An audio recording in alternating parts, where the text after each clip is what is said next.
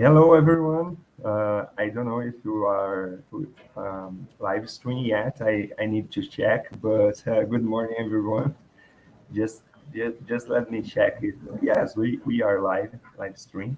Um, so, first of all, I would like to thank you, everyone, that is early in the morning with us here to watch our great teams in the 2021 Latin American Space Challenge online, our conference, the first day of conference. So we are very happy to have today here with us Mauricio Gontijo. He will be hosting our conference with us. The other members of the LASC organization, and of course our judges, they will not be with us today, but they are very happy with everything that they saw during the event. We know that our organization is divided in the media part and the technical part, let me say like that. That means we have a group of more or less 10 judges, and for analysts, the sorry, trava-língua. The analysts, they are like me, that every time we are talking with you via WhatsApp or Discord or on the social media, and the judges, they normally they don't appear, of course, because of the is something that is sensitive. So, so let go straight for our conference for today. I will share my screen just in a second. Let me share my screen. Just a second. Yes, this.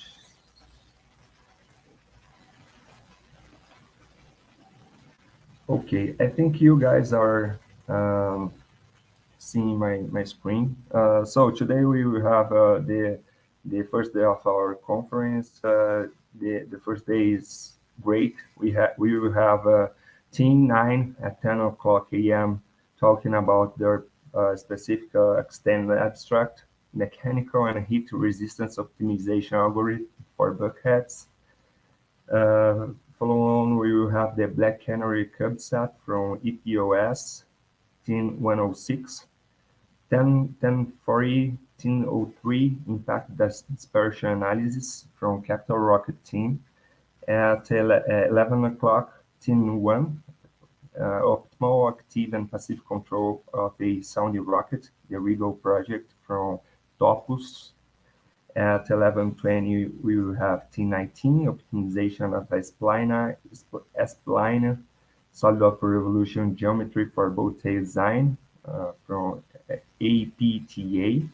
And at 11:40, we will have our guest speaker for today, Caius Reza. Mr. Caius is from Alba Orbital, and he will be talking about his satellites and orbits.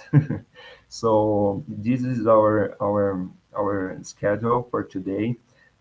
I hope everybody that is watching our conference may have a ocean of knowledge being acquired, and also in a funny way. Of course, we would like to make a conference not so much technical, but also something funny, a fun time for everyone. So let me stop sharing my screen. Now I will pass the word for Mauricio, please. The word is yours. Hello, everyone. I would just like to thank everyone for being here and participating in this competition. We noticed a great improvement on the reports of all the teams since from the last competitions. So we are very happy to see you, all of you, working a lot and having great experiences with us. I also would like to say that we we are planning these competitions for some time, so we wish you to have fun and great time with us here. Unfortunately, because of the pandemics, we are working online this year and last year also. But we hope to see you soon next year. We will have the presidential competition in Cape Canaveral next year. So I hope to see all of you there. It will be a great experience. We are planning lots of structures and many things that I'm sure that you will like. And also, I will be very briefly here because we all want to see the presentations. Uh, I I also would like to ask you to pay attention for all the presentations because I am sure that it will be very important for all the teams that wants to learn more. I'm sure that you will learn a lot from all the presentations that we will see. And to finish here, I will be very brief. To finish, I would like to thank uh, the Latin American Space Challenge organization and Pion, because I don't know if you all know, they helped me and two of my friends to go to Dubai at the IAC, International Astronautical Congress. We are very thankful for them to help because without their help, this wouldn't be possible. So I'm thinking here. And thank you all, because without you all, this wouldn't be possible. So thank you very much and have fun with our competition. Thank you, Mauricio. We are very happy to have you with us, also as a judge and also as an organizer. Um, the support to you and your friends to go to the IAC at Dubai is just is nothing. We would like to help a lot more, you know, about that. But maybe the next years we can do something better, not just for a small group of people, but for everyone that is with us in this journey. So let's start with the first team. It is 10 a.m. Mauricio, should we go with the first team? We are go for So the conference. yes, let's go to the conference. The first team will be Team '09, like a project from Topos Projetos Aeroespaciais. I would like to invite Davi Selim to our stream. Hello, Davi. You are on the live stream right now. May I add Eduardo and Johnny, or just you? What do you prefer? I think you may add Johnny and Eduardo. Please call. Okay, they are with us right now. So um, thank you for participating in the 2021 Latin American Space Challenge. Your project was amazing. Not just the project technical report, but also the extended abstract. So that's why you are here for the podium session. So congratulations, David, Johnny, and Eduardo. Do you have any presentation for this podium session? Yeah. Eduardo is going to present our extended abstract presentation slides. Just a brief moment, Calvin. I would like to say that we're from Team 9. In the name of Team 9, we would like to say that we're extremely glad participating again in this year. LASC is an excellent competition, an excellent environment to meet new people and to improve in not only technical but soft skills. So we're extremely glad, and we would like to congratulate you and all the judges for all the excellent work done. So thank you a lot for all the effort you are putting on it. Nice, thank you. So let's start. You can share your screen, please.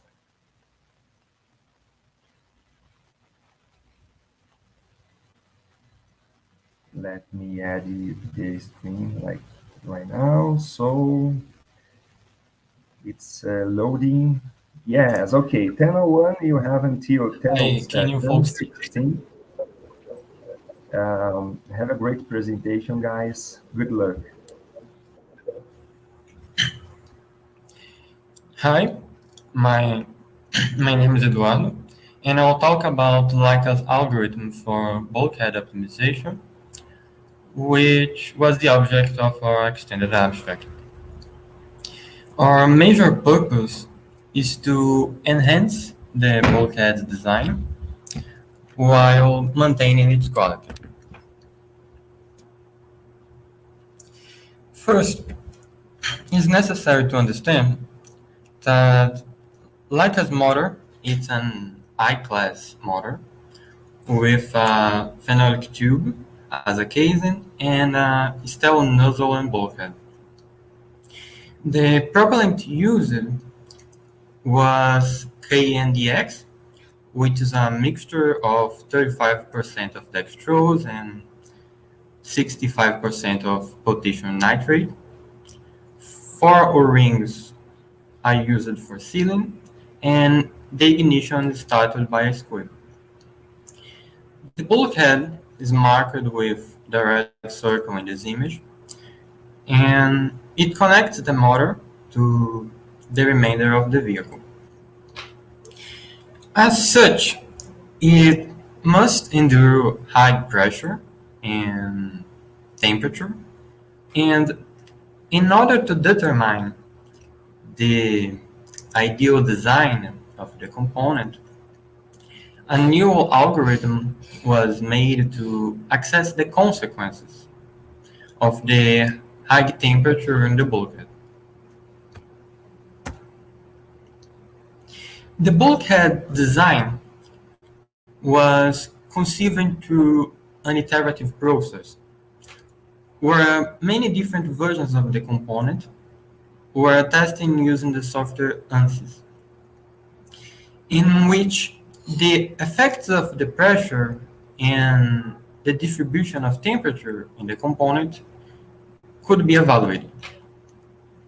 With that knowledge, and with that information and the knowledge of how steel's yield strength is affected by temperature, it's possible to predict with a safety margin which of the bulkhead designs could endure the combustion. As can be seen in this image, data about certain materials has already been documented, and the yield strength tends to fall with the increasing temperature. Here, we have the results of the simulation showing the pressure in the bulkhead. The screws of the bulkhead were considered separately in an analytical analysis after fixation, so they are not included in the simulation. In this image, a hotter color corresponds to a more intense equivalent von Mises stress, which is measured in pascals on the surface of the material. This data is then compared to steel's yield strength in order to confirm if the material would resist the pressure. As it's possible to see here, the geometry of the bulkhead is sectioned in regions affected similarly by the combustion. And as long as none of them has a value surpassing the steel's yield strength, the bulkhead should remain functional. Here we have another angle of the results of the same simulation, and the values found were all within expected. At this moment, the effects of temperature were still not considered for the bulkhead. Moreover, the film coefficient of 822 watts per square meter was used to evaluate the influence of the convection in the motor. And this film coefficient was calculated considering the casing as a smooth tube with conditions of turbulent flow. And by using information regarding the propellant obtained in the motor casing thermal analysis format rockets, which is a spreadsheet made by Richard Naka. The simulation considers the heat transmitted through convection, with the component suffering the maximum reachable temperature during the entire burning time. Although imprecise, the real temperature reached by the bulkhead should be smaller, and consequently, the resistance of the component is expected to be higher in real life. The dilatation of the metal caused by the combustion was also predicted, but wasn't large enough to hinder the component performance. Those were the results found for the temperature simulation. They are measured in kelvins, and by combining what's known of the temperature with the mechanical simulation results, it's possible to observe if a certain bulkhead design would withstand the high pressures and temperatures of the motor. The outcome of the algorithm used was coherent with what was expected from past projects, and the final bulkhead had an external diameter of 51 millimeters. Its length was of 23 millimeters, and the thickness of its base was 4 millimeters. This last value was the one that varied more during the iterations, since the measures of the remainder of the rocket had already been defined when this method started being used. It's a method that also provides results reasonably fast and can be applied to other motors with the same kind of propellant without much extra work relative to the benefits gained. So, the same method is expected to be employed in Topos' future works, unless a more complex and detailed analysis is deemed necessary, such as in larger projects. At last, in the months since the COVID-19 pandemic has begun, we have had some difficulties in our group with most of our activities starting to be online. But we expect to continue innovating with our future projects regardless of the conditions. And that this algorithm can be another useful tool in pursuit of that goal. This is the end of the presentation. I hope you have enjoyed, and thank you all for watching.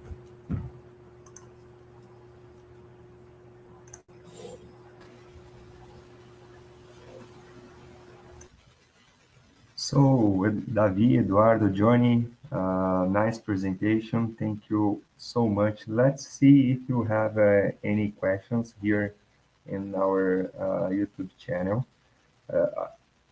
I can't see any question. I just can see and read Boa Topos and Boa Leica. Your team is on fire. Oh my God, you have a lot of team members here, and they are very effusive. So I do not have any questions. Let me ask my friend Mauricio if he has any questions. No questions. Great presentation. Congratulations. So no questions at all. Thank you, Davi, Eduardo, Johnny, for the great presentation, for your time, and we hope all the best.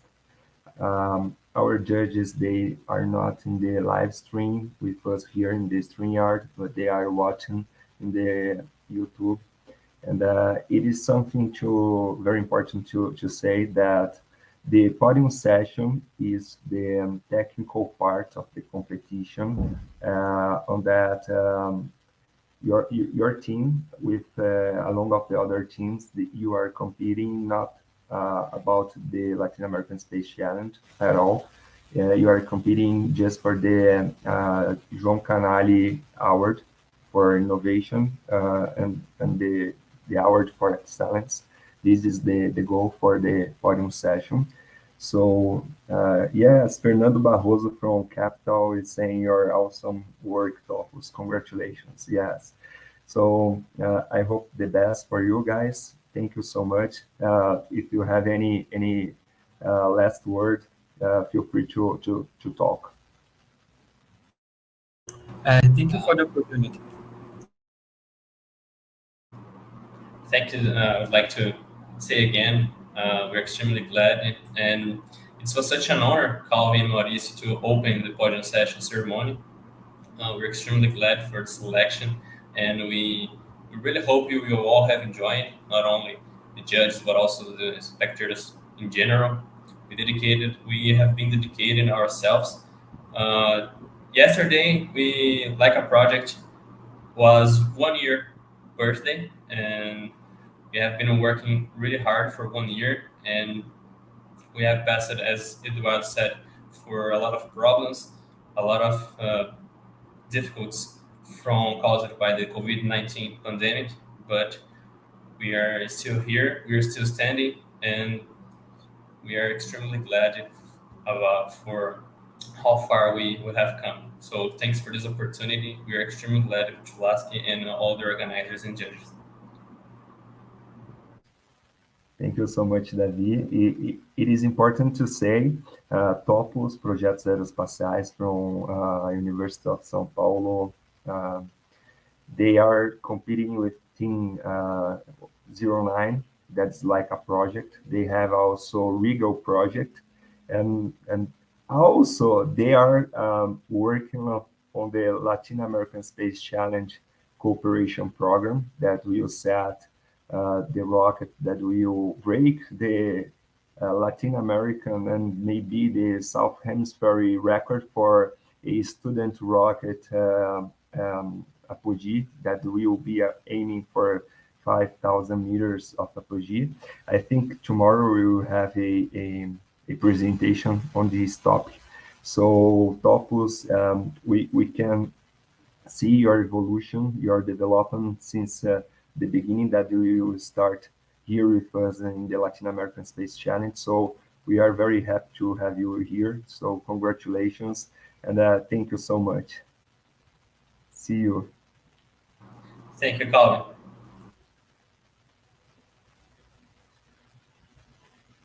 Okay. Hey Mauricio, let's start with the next one, Team 06. Thank you, David. Thank you, Eduardo. Thank you, Johnny. See you. So the next team is Team 106. We will have with us the Black Canary project. They will be competing with the Satellite Challenge. They are entering in the streaming yard, our online studio. Just a second until they come here. Let's talk about the new format of the Latin American Space Challenge. In the moment they are entering here, so just a second. Okay, in 2020, last year, because of the COVID-19, we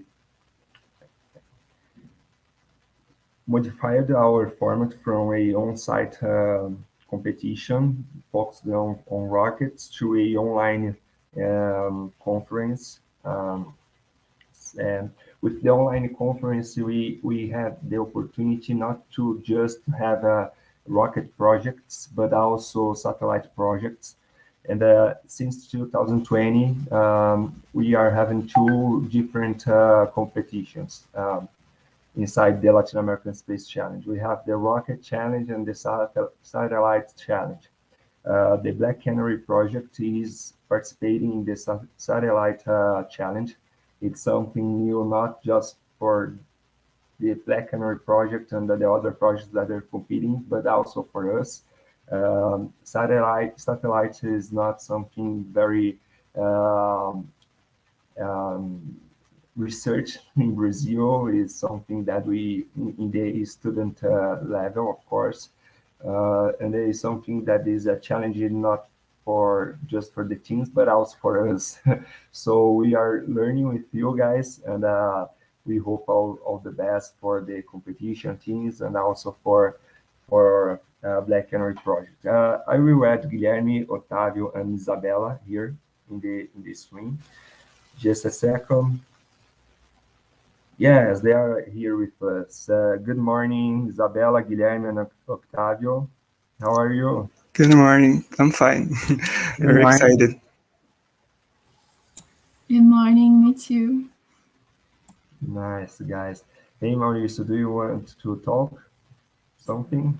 I just want to say hello for them, good luck, and it's great to see more teams from USP, right? So we have, I think, 3 teams from USP this year, so it's great to see how they are improving and researching these kinds of technology. So good luck and thank you for participating. Thank you, Mauricio. Before we start your presentation, do you want to talk something, Guilherme, Otávio, Isabella? Are you ready? We're ready. Just that. Oh, nice. So it is 10:18. If you want to share your screen, it is time. So I think is a curious fact that's the first time that APOS. I don't know how to speak APOS. It is APOS or APOS. How to speak the name of your team? It's Epos. Apples. Oh, okay. Thank you, Isabella. Apples. So it is the first time that Apples is participating in the Latin American Space Challenge. When we received the Apples application, we were very happy because it, like Mauricio said, it is the third team from University of São Paulo. We will have also Apples, Topos, and Project Jupiter. So it's something very interesting. Okay, let's cut short on the talk and let's start the technical part. You can share your screen, and I hope you the best, and congratulations for in your first time participating in the competition. You are in the podium session. Something great. Congratulations. Thank you so much. Okay, your presentation is on the screen. It is 10:19. You have until it's 10:20. You have until 10:35. So you can start. Good luck.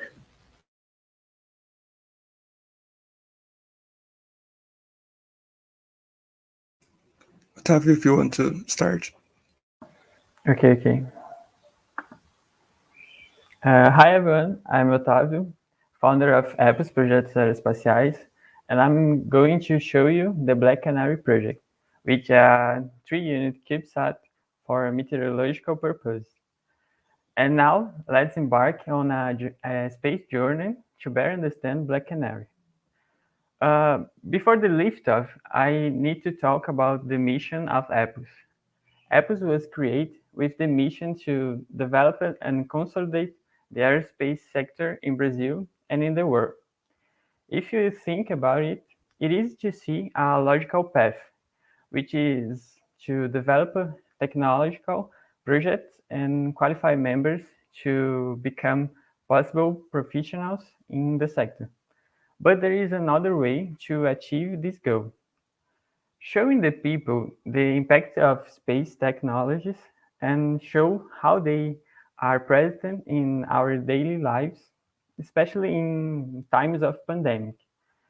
And to make our contribution to society, Black Canary's mission emergence.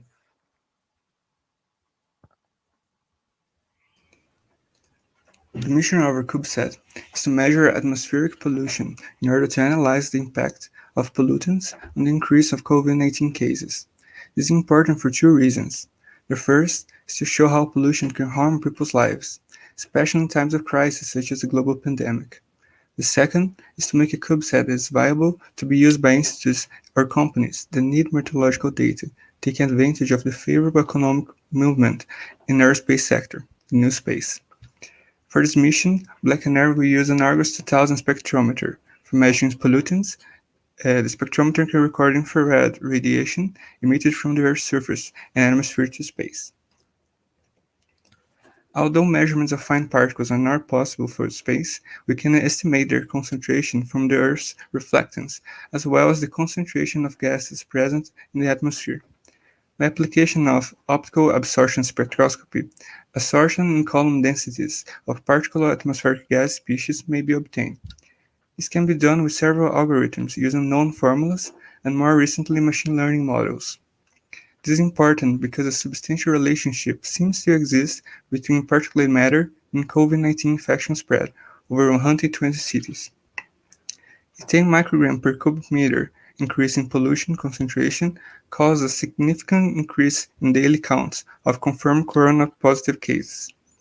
Studies have suggested that an increase of just 1 microgram per cubic meter of particulate matter corresponded to a 15% increase in COVID-19 deaths. Thus, a population exposed to high concentration of particulate matter are more prone to developing chronic respiratory diseases, such as COVID-19. We intend to study this correlation further as we contribute to similar technologies being developed. The orbit chosen for our CubeSat was a low Earth orbit, which is an orbit which satellites are below 2,000 kilometers. CubeSats being low Earth orbit will find atmospheric gases in the thermosphere or exosphere depending on the length of the orbit. Our spectrometer has a surface tidal length of 1.57 kilometers at this height. DPS, or power system, is composed of energy source, an energy storage system, and electrical power measurement and control system. For this project, a CloudSpace 3U solar panel will be used. The cells will be in a parallel electrical configuration. This is advantageous because if one cell fails, the others can still operate and guarantee the mission continuity. The chosen battery is also a CloudSpace battery. The technology's high energy density allows greater amounts of energy to be stored in small volume. The battery also has a long life cycle, which is important to extend the mission's duration. It's also important to know that the main advantage of this technology is an extremely high charging efficiency, around 97%. It is also suitable for cold environments such as the background of space, especially during eclipse phase, where no heating effect by radiation occurs. About ground station and communication. As it's part of the TTN system and the ground station is responsible for receiving data from the satellite, analyzing it, diagnosing it, and sending commands to fulfill the satellite's needs. Our planned station will be located at Lorena, São Paulo. We decided to use a pair of WAG antennas controlled by a directional engine, which will be able to correct the antenna's pointing and polarization. The antenna's mast will be adjustable to fulfill the system's needs and will be connected with the directional engine as it stops. This design will have two signal splitters, which will distribute the signal through the feeders of both antennas. So according to this design, the received signal from the satellite will be conducted along the main signal cable and will pass through a signal amplifier, which will sustain it until it gets the transceiver radio. The radio will pass the signal to the modem responsible to demodulate it and send it to the station computer, which will diagnose the data and guide the way back to the predetermined commands. About OBDH. The OBDH used in this project is the OpenOBC. This onboard computer was chosen because its processor is better for our project than other models, which stands greater temperature variations, which happens in the chosen orbit, LEO, has high performance and reliability, and low cost benefit for being manufactured here in Brazil. Thus, the OpenOBC system is one of the best fits our project and mission. About ADCX. To determine the satellite's orientation and attitude, the thread algorithm was implemented using the measurement of sun sensors, a digital gyroscope, and a triple-axis magnetometer in the CubeSat fixed coordinate system. Besides that, the CubeSat control must be done for an algorithm to adjust the manipulated variable, and closed-loop control was applied. In addition, the ADCS model adopted has a triple-axis accelerometer, reaction wheels, and a magnetorquer for the execution of movements and their corrections. This type of ADCX was chosen for its good performance. About thermal control.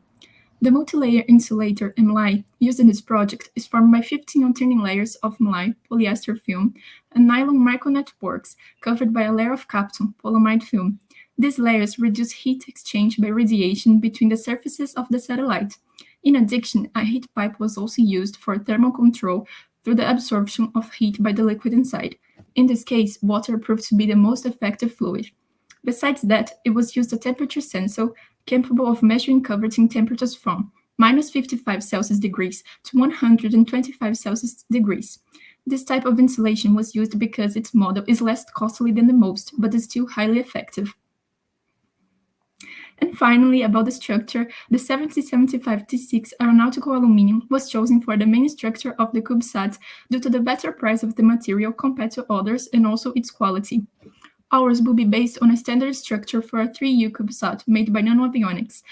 The 3U form factor weighs 254 grams compared to the most, around 304 grams. Other than that, the choice made for this type of material and structure model is based on the simulations and the studies described in the project report. The CubeSat's estimated total mass with all components included is around 2,500 grams.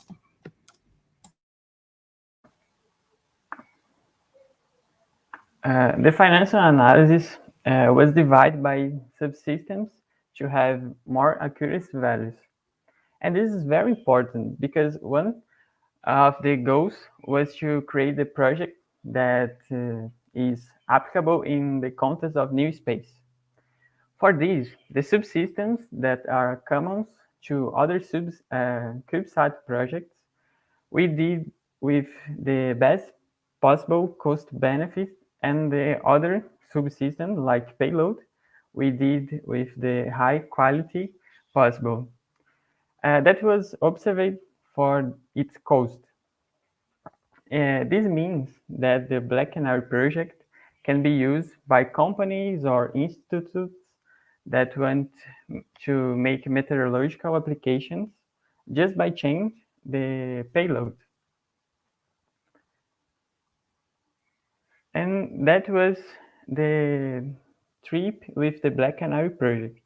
We are very, very happy with this journey, as this is just our first CubeSat project, and many good things are coming, because the future belongs to those who believe in the beauty of their dreams. Thank you for attention. See you on the next trip.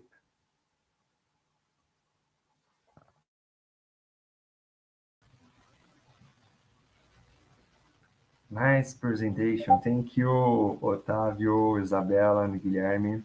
It was a nice time, not just watching, but also, of course, learning about your project, the Black Canary project of a CubeSat. Like I said in the beginning of your introduction, the CubeSat is a category of the satellite challenge. It is important to say that the Latin American Space Challenge was built on a scenario of a rocket challenge based on the Spaceport America Cup. But it's important to say the rocket without a payload is not something important. It's just a rocket. We need a payload to make a rocket being something useful. So because of that, in 2020, like I said before, we start to introduce the satellite challenge, because it's something that on orbit could help not just locally, like in Brazil, but also in the world as a whole, you know. So the Black Canary project that you talked about, COVID-19, that is the pandemic that we suffered. We suffered and we are suffering yet because the economic part of our world is not red yet, you know. But it was something very, very interesting to learn about your mission and how you structured your project from the financial analysis, that because that is very important. A project without a financial analysis is something that we can't put or hands-on and work on that because we don't know how it will cost. But also you said about the thermal analysis. I love the thermal analysis. Congratulations on the thermal analysis. It was amazing. Congratulations. And we have one question here, but before the question, I would like to Mauricio to talk. Do you want to talk, Mauricio? Feel free to talk. Just to congratulate for your work. As you said, this is the first time participating in the competition, and you are already participating on the podium session. So it's obvious your competency and you are developing great work. Congratulations. Okay, we have two questions. The first question is coming from our Discord channel.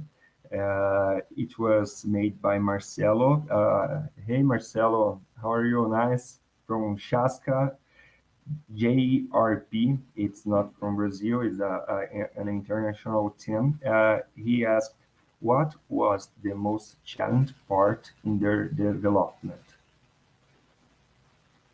I will ask in Portuguese to help you guys. Qual foi a parte mais desafiadora do seu projeto? Tavi, do you want to answer? For me, it was because being the first competition we ever did, and doing alongside with the rocket, I guess developing both of those at the same time was very hard. But also just making the most of what we had about cost benefit, like Otávio said in the presentation. But also finding articles that deal with this kind of study. It's not very widespread. Studies about meteorological data and COVID is not something that is very popular, so we really had to search to learn more about it, if it was really possible.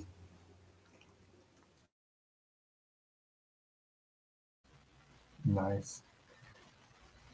The second question comes from India. We have a team from India. I love the guys from STES rocket team.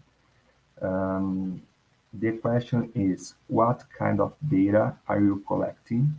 And will the data be efficiently sent to ground station without signal loss or any error correction techniques involved?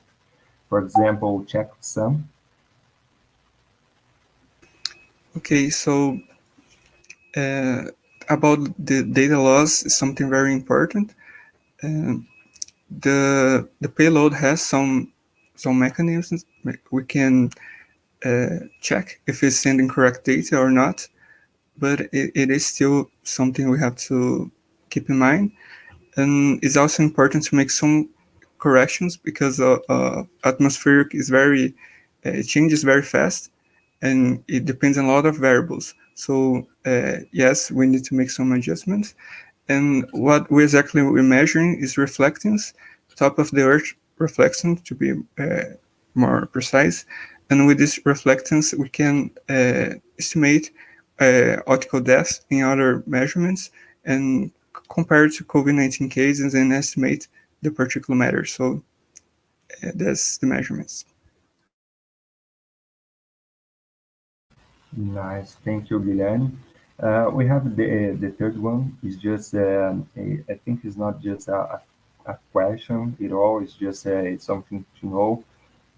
Just curious, have you guys performed some kind of control simulations? The question is from Caio Souza. I don't think we made some simulations yet, just of the orbit. not an ADCS. Also, we made some simulations, but that's about it.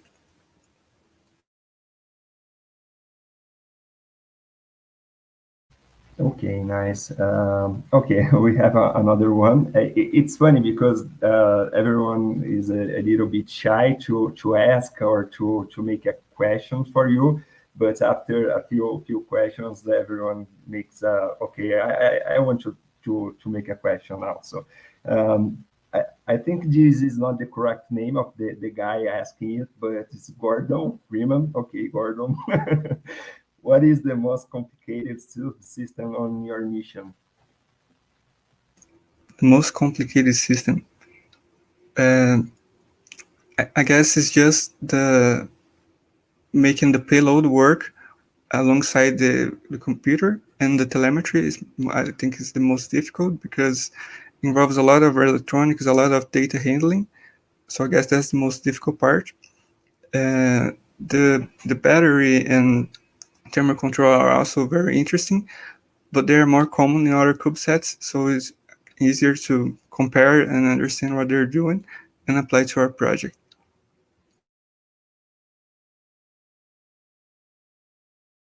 Nice, thank you. The STS team, rocket team from India, they are saying you should look at Ares Space Ground Station project. They worked on a really cool antenna control system to match the polar patterns of your telemetry. Hope it helps. Something interesting about satellite, the competition that we are having here in the Latin American Space Challenge is a little bit different from the cube design, for example, because we are not focusing just on the technical part. Everything that we are building with you guys here is just the beginning. I think in a few years we can have here projects that it is going to be something real that will go on orbit. And I think we want to look at the technical part, but also, like I said, in the financial analysis on the team part, the how the team is organized and everything that makes like some startup. We want to see teams from here participating in the Latin American Space Challenge in a few years becoming a startup or something like that. Why I'm saying that? For example, I am organizing Latin American Space Challenge with Mauricio, Paulo, Gabriel, João, Bruno, and a lot of guys that is working with us. But I'm also working with a few of them at Pion Labs. And, I want to show something very interesting. 2 days ago, on Thursday, I was on the integration test laboratory testing our first satellite, the Pion BR1. I want to just show a picture for you guys. Let me do it here. Let me see. I can do that very quickly. And testing a satellite, even in the challenge itself here. For example, we have rocketry, and I don't know the correct word in satellite. I don't know if it exists yet, but in the model of satellites, we have a different kind of tests. For example, random vibration, bakeout, shock. There are infinite tests to make sure that a satellite can go to orbit. So it's something very interesting, and I think we are just creating something that here in the Latin American Space Challenge. So I just need to download another picture here. Just make me really strange here. So okay, I don't know if I can do it here. Okay, where is the picture? Just a second, guys. We are improving improvisação during the conference, but it's something very, very, very interesting that I will show to you. So we did the bakeout test for the Pioneer satellite. The Pioneer 1 satellite, it will be the first startup satellite made in Brazil. Also, it will be the first satellite made entirely by a Brazilian company, and we are participating in all the process because the satellite is ours.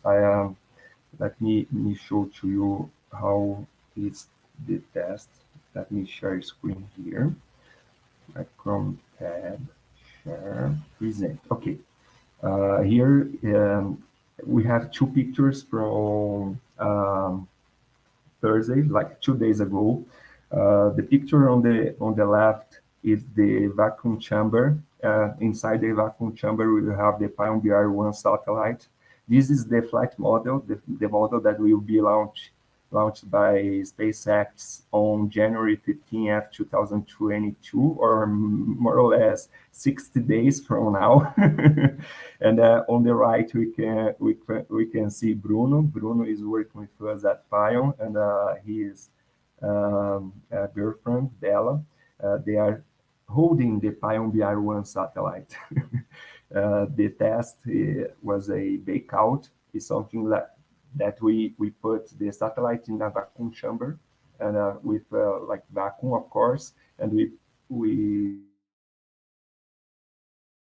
do something like a temperature from the ambient temperature to 60 or 70 degrees Celsius, and make it to do a duration of 3 hours, so we can make sure the satellite is good enough, and we can do the outgassing and everything to make sure the satellite is good to go to orbit. So it's something that I wanted to share with you. A satellite is very complex. Of course, rockets are complex by itself, but satellites are also very complex. And in my career, I'm working with rockets and satellites since 2010. The most challenging project in my life is because it's not ready yet, but it's the Pioneer 1. It's 5 centimeters of a cube. 5 by 5 by 5 is small, but the challenge is enormous. So because of that, I want to share it, because we need to congratulate the project that Apple's showed to us. I think it was amazing, and I want to congratulate Isabella, Octavio, and Biane, because it's something else. Congratulations, and I hope the best for you. Mauricio, do you want to comment for your final words? As I said, just congratulations and keep working a lot. That I'm sure that next year we will be meeting presentially. See you. Thank you. See you guys. Thank you. Thanks. Bye bye. So our next team that will perform podium session presentation is gonna be Capital Rocket team. So I will shut out right now because I want to Mauricio to introduce his alma mater university rocket team. So Mauricio, please. Hey guys, I just don't know what to say, but I'm very happy to see that the Capital is working. I worked with Capital for some years, and I'm very happy to see that they are continually working a lot and see that they are improving a lot also. If we compare our work at the time that I was working there and their work now is much better. And congratulations, guys, and good luck. I'm very happy to see you here. Nice. I think the guys are entering our online studio. I can see Vinicius Couto right here with us. Let me add him to the live stream. Are you ready, Vinicius? I think he is ready. So, hello, Vinicius. You are live on our Latin American Space Challenge conference. Let me ask if you have any other colleagues entering this live right now. Yes, yes. Vitor is coming. I'm sure he's about to enter the meeting. Okay. Okay. While he is entering here with us, so do you want to talk something, Vinicius? Could you introduce your team and your project? Oh yes, I'm gonna get ready the presentation here. Just for a second. Okay. Hello, Victor. How are you? Hi. Hello, you are live. Don't be I'm fine. shy. Don't be shy. Everyone here is learning. We are life learners. Okay. Don't be shy. Okay. Vinicius, I can see your presentation right here. So I'm adding to the stream. Okay, it is on the stream. So Capital Rocket team is a team that I have. I don't know how to say carinho in English. Sorry about that. But if you know Mauricio, Vinicius, or Vitor, you can tell me how to say it in English. Well, thank you But- very much. It is a pleasure to be here today presenting this work. So nice. So it is 10:48. You can start your presentation. Good luck, Vinicius and Vitor. The word yours. Well, thank you very much. Good morning, everyone. My name is Vinicius, and it's a pleasure to be here today presenting the work that Vitor and I did on impact dispersion analysis here at Capital Rocket team. To get started, I'm going to do an introduction on the subject. You need to understand why we do this analysis, right? This is a very important type of analysis for the safety of everybody on the day of launch. We are talking about team members and everybody that could be watching the launch on the day. The risks of launching a high-powered rocket is enormous, and we understand that here at Capital Rocket team. And to better understand how our rocket is actually working, we do this type of simulation. All of this analysis gives a lot of information on how stable our rocket is and how well it reacts to different wind speeds and all types of different things on the day.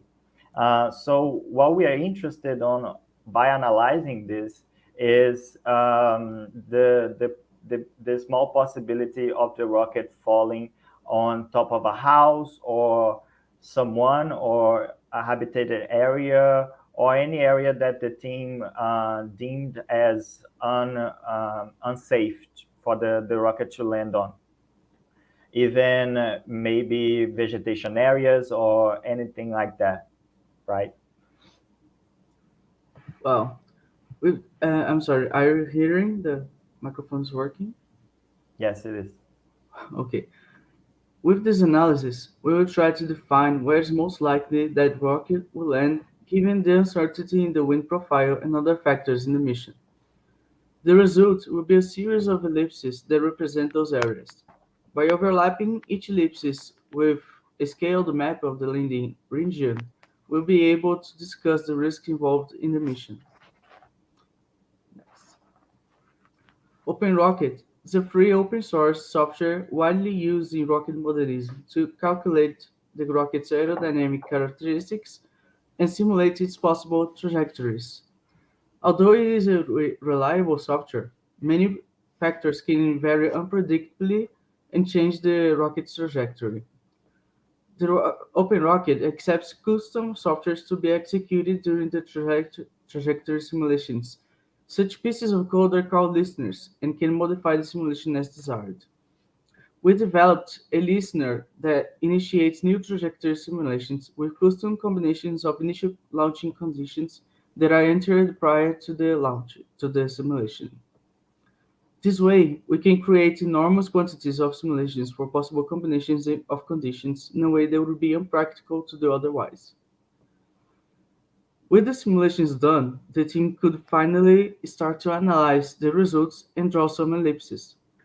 First, we needed to calculate the average, the standard deviation, and the correlation of the landing positions east and north of the launching pad.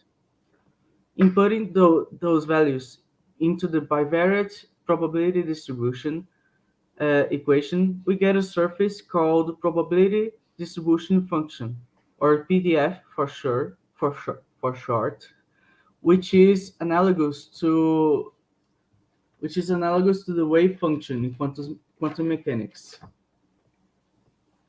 The variables x and y are the positions east and north respectively. The integral, you can go to the next, please.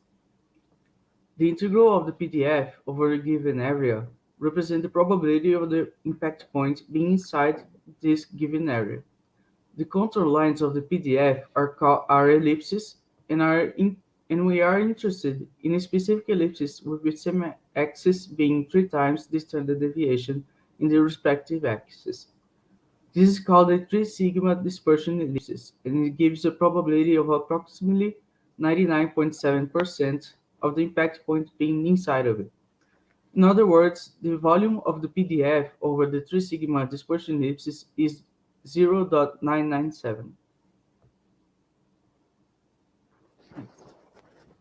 Well, now I'm going to talk a little bit about the mapping of the launching region. This is a very important step because we need to understand all the data that the softwares that Vitor just talked about is going to give us. They're going to give us a bunch of data, and for us to interpret all of those data, we use the map because it's a graphical way of viewing all of this, right?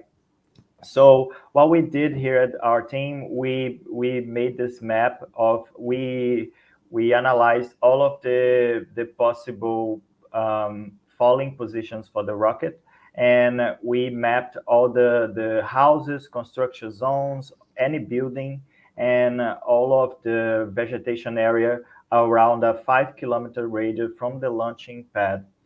This is very important because before doing the simulations, we don't know where the rocket might fall. So we thought we would be safe and do a 5-kilometer radius, right? This is an actual example of a simulation that we did on the Boskov project. As you can see, there are many variables that goes into the program that Vitor developed. And it is important that for all of those parameters, we consider many different values, possible values, because we can never be sure exactly how it's going to be on the day. For example, the average wind velocity, we did some research, and the probable wind velocity on the day of launch would be 3 meters per second, but we consider our error margin, so we consider other values. This is something that we are not capable of doing before the software, because to analyze all of this, it would take ages to do all of this by hand or any other way that we did it before. What the software basically does is take all the combinations in between all the possible parameters that you input into the system. So for this example, there would be 400 different combinations. And what we basically did is to do 100 simulation in each of those cases. So at the end of the day, we had done about 40,000 simulations. This is very impressive since this software basically run under an hour and a half on a normal computer. It is very impressive how capable, how powerful this software is. All of the results are then they are exported into text files. Those text files are properly named in folders, and this is all done automatically.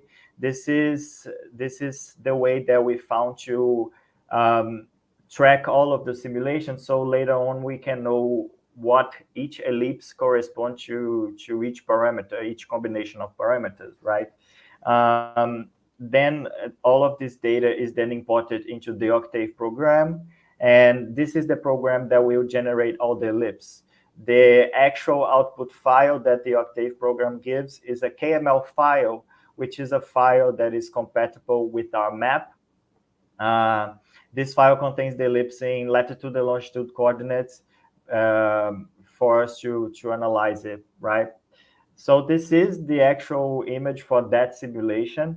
As you can see, all the 400 cases in purple are all the small ellipses. It is a bunch of ellipses, it's a big mess.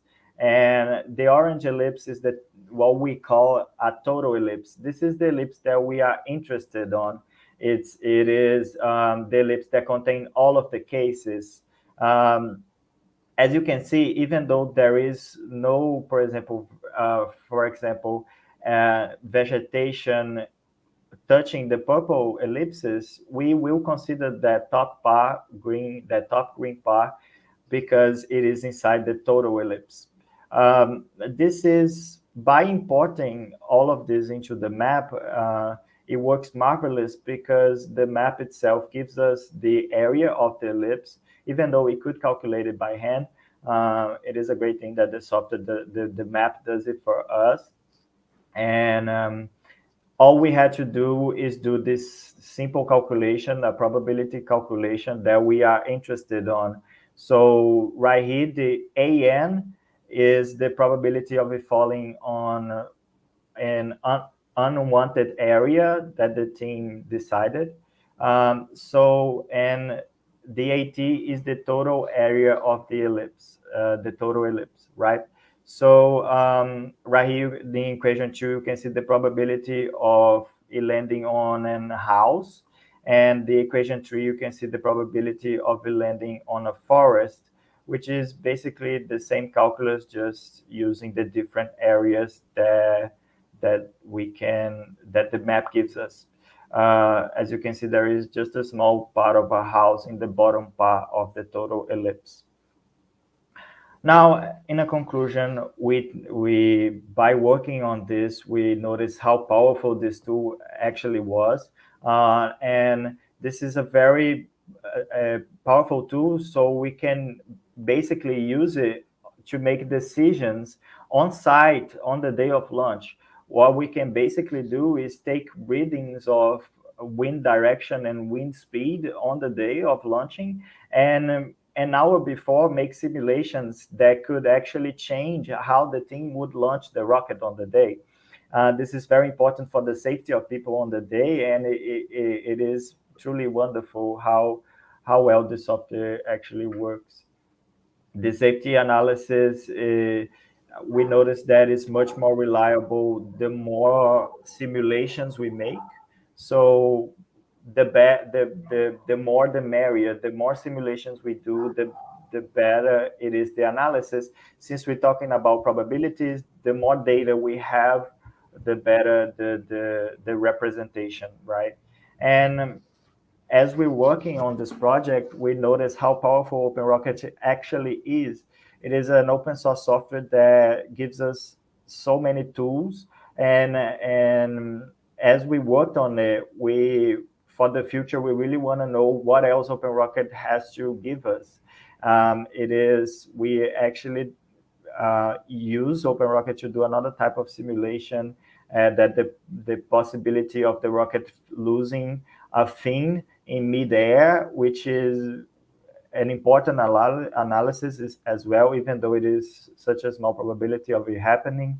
But we already do this analysis, but that's another subject for another day. So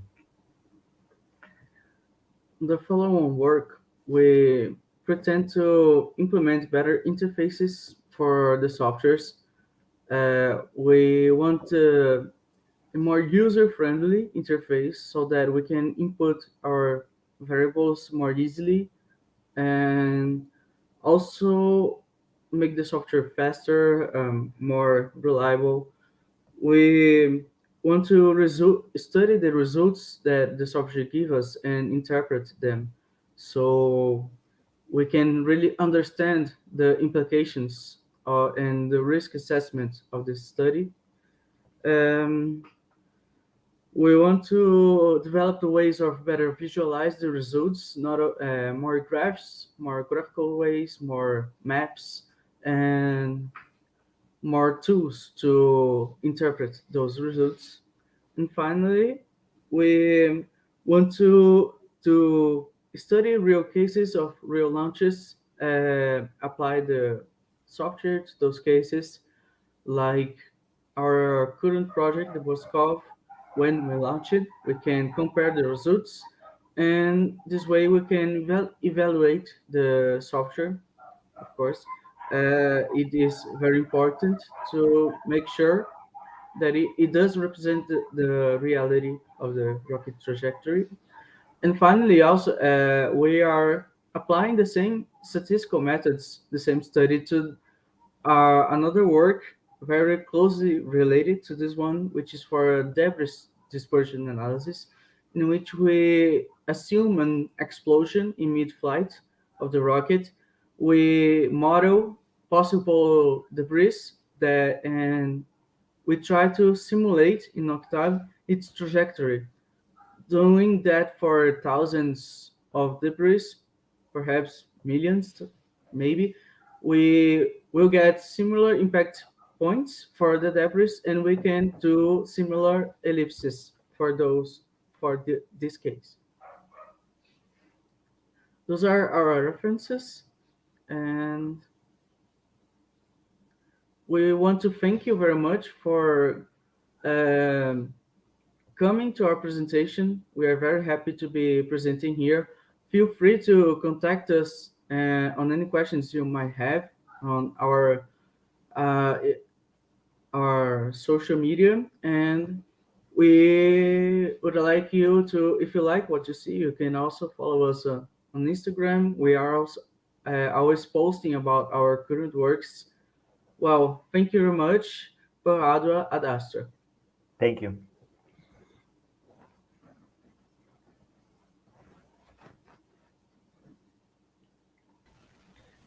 Congratulations, Vitor and Vinicius, and our Capital Rocket team. We have some questions here. So I'm learning how to use StreamYard. So I learned a few minutes ago some tool very interesting. I can show the question here. So I'm a life learning. So I'm learning how to use everything here also. Please feel free to ask the question, Mauricio. It's Beatriz Wang question. Okay, so Beatriz Wang asked, how is the total ellipse found? Well, for the out of the 40,000 simulations that we performed, we simply took the all of the 40,000 simulations, and we took the standard deviation of the coordinates they gave us, and we the total ellipse is the semi-major axis has three times the standard deviation in distance, and the semi-minor axis has three times the standard deviation in the perpendicular direction. It is simply, and we only apply the rotation metrics to the points using the correlation between the x and y axis to align the ellipses. Perfect. Next one. Can you talk a little bit about the mapping step? How was the integration of the data with the map? Well, yes, actually, it is a very important step of the process, right? As I talked about, we decided to use Google Maps as it was an available software that anyone on the team could actually use to. We could collaborate on it. There are many softwares out there that could do that, but we decided to use Google Maps. There are many ways of doing the mapping of the area. We did it by hand, which is a decision to make because it can be a little bit hard if it is a very big area or something like that. But in our case, it was actually manageable to do that, to actually map all that area. And yes, the integration, it's simple. As I said, the softwares that were developed, the output file is a file compatible with the map. So what we really need to do is just to import into the Google Maps, and it works. It's marvelous how easy it actually was. Okay, perfect. So we do not have any other questions. So congratulations, Capital Rocket team. So let me see how to stop sharing the comment. I put in the screen, but I don't know how to take out. Okay, I found how to do it. So nice. Thank you, Vinicius and Vitor. This part of the run safety operations and all the operations analysis for the rocket launch is my area in the rocket engineering part. I like so much the operations part. And I personally I have a question. It's not a question. It's something that I think that you can improve your code. You already said it, but I think it's very important when we talk about Cape Canaveral.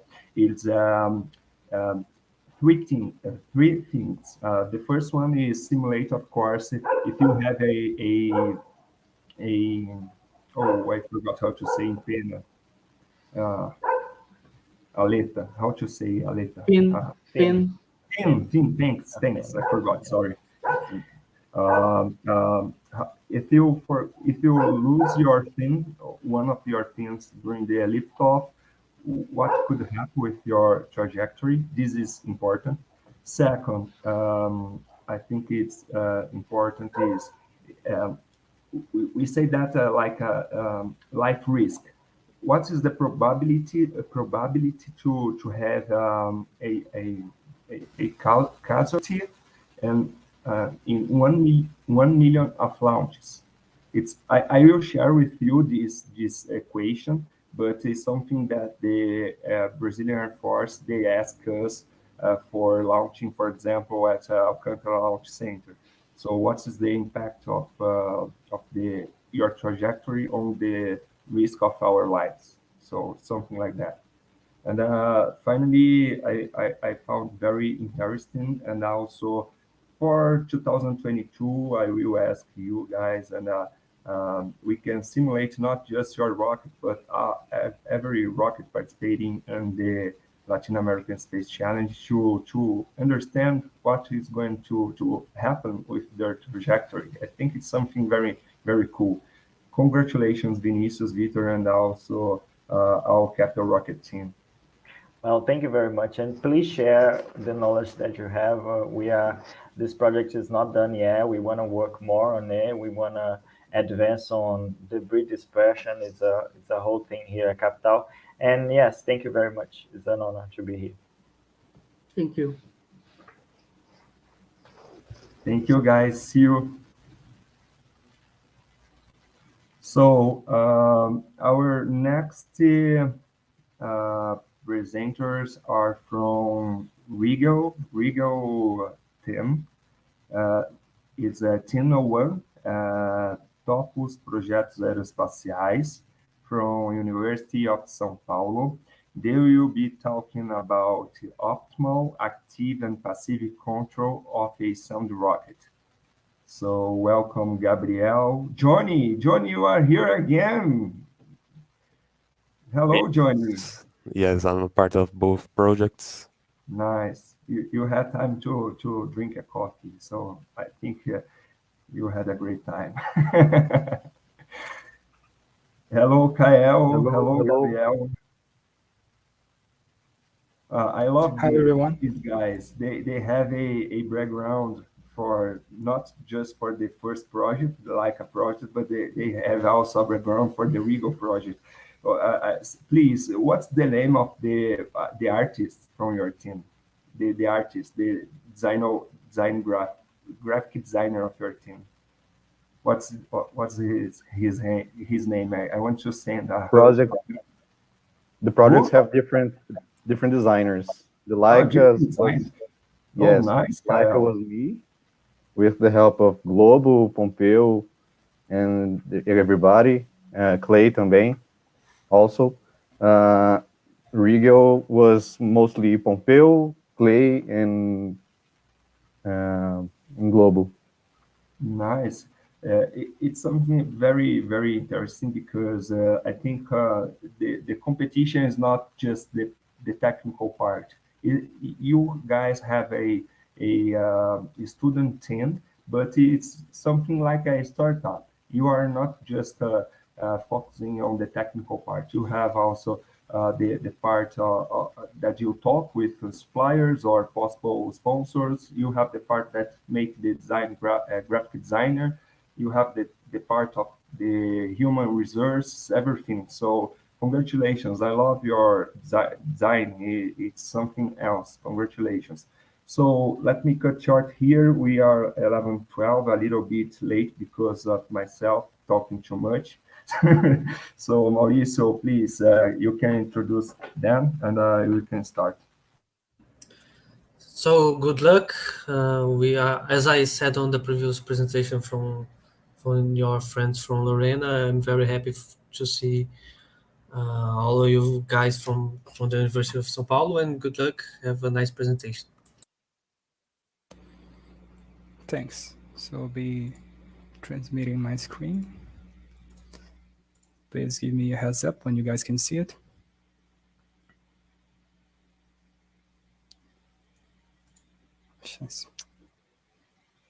Sorry.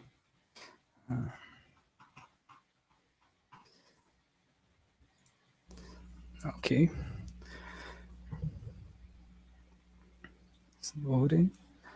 Hi, good morning, everyone. I'm Gabriel Gomes, and I'll be presenting the optimal active and passive control of a sounding rocket in the name of the RIGO project. Before we start, I'd like to mention and thank all the members directly involved in this part of the project, namely Davi Senlin, Cal Bastos, Pedro Pompeu, and Tawana Silva. So, in the usual sounding rocket, the launch vehicle disposes only of a set of fixed fins that, by placing the center of pressure behind the center of gravity, ensures that a perturbation caused by the wind is damped due to the correcting aerodynamic moment. However, this passive stability has the side effect of the rocket aligning its movement with the direction of the wind, a phenomenon known as weathercocking. In order to minimize this problem, we decided to develop an active control system that aims to reduce the attitude error of the vehicle when compared to its nominal flight, namely the one where there is no wind. Nevertheless, because of the LASC requirements, the rocket needs to be stable without the active control system, and it cannot be activated before the end of the propel ascent or the point of max Q. Therefore, the vehicle also disposes of a passive control system consisting of a set of 4 primary fins with a rounded cross-section that provides static and dynamic stability throughout the flight ascent. Moving on, the active control system uses a set of canary fins that can be deflected in order to change the vehicle's attitude. So, aiming to minimize direct force and to maximize the control effectiveness, an optimization was conducted to determine the aerodynamic profile that provides the best combination of drag coefficient and moment coefficient about the center of gravity, with the analysis being done on X-file.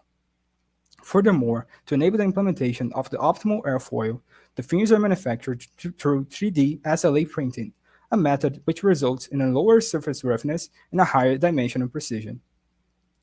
Moreover, the control system is capable of changing the rocket's attitude during the coasting phase by obtaining data from the onboard MPU 6050 containing a 3-axis accelerometer and gyroscope, which is then processed by an ASP32 microcontroller to determine the inputs to be fed to each of the 4 MG9S servo motors that independently move the canary fins. Now, talking about the passive stability in further detail, in order to design the primary fins, we had first to consider 2 requirements. The first one came from the competition's rules, which demanded that the initial static margin of the vehicle had to lie between 1.5 and 2 calibers. The second is a restriction in terms of the flutter speed of the fins, which had to be higher than the max expected velocity during flight to guarantee the structural integrity and avoid a sudden failure of the component, which would result in a loss of the vehicle's stability. Nevertheless, even when considering these constraints, there are endless dimensions combinations that will constitute a viable design. For this reason, we decided to come up with a way to design the fins in a systematic fashion, and the solution found was to formulate an optimization problem which could then be solved by the use of a suitable method. Following this approach, an optimization algorithm was developed, which is illustrated in this image. First, we have the design constraints, with the flutter velocity being computed via a simplified flutter equation based on the NACA technical paper for 197, and the static margin being determined by means of the Barrowman equations. However, even though the static stability can be accurately assessed in this way, the same can be said about the flutter boundary, due to its complexity. To circumvent this problem, we decided to consider the fin to be made entirely of balsa wood, instead of the actual composition of balsa, epoxy resin, and fiberglass, which leads to a quick conservative estimate of the flutter boundary. Moving on, we have the objective function, which considers the vehicle's drag and dynamic stability, since the optimization of these parameters results in a more efficient and smooth flight. Nevertheless, to avoid the difficulties associated with a multi-objective optimization, the performance parameters were condensed in such a way that minimizing the objective function means minimizing the drag coefficient and oscillation frequency and maximizing the dipping ratio. To determine the drag coefficient, the Barrowman equations were once again used, but to calculate the dynamic stability parameters, a one-dimensional model of the rocket flight was developed, which simulates the system response to the perturbation caused by the wind, beginning at the vehicle's launch and ending at burnout. After developing the algorithm, we had to choose an appropriate optimization method to solve the problem.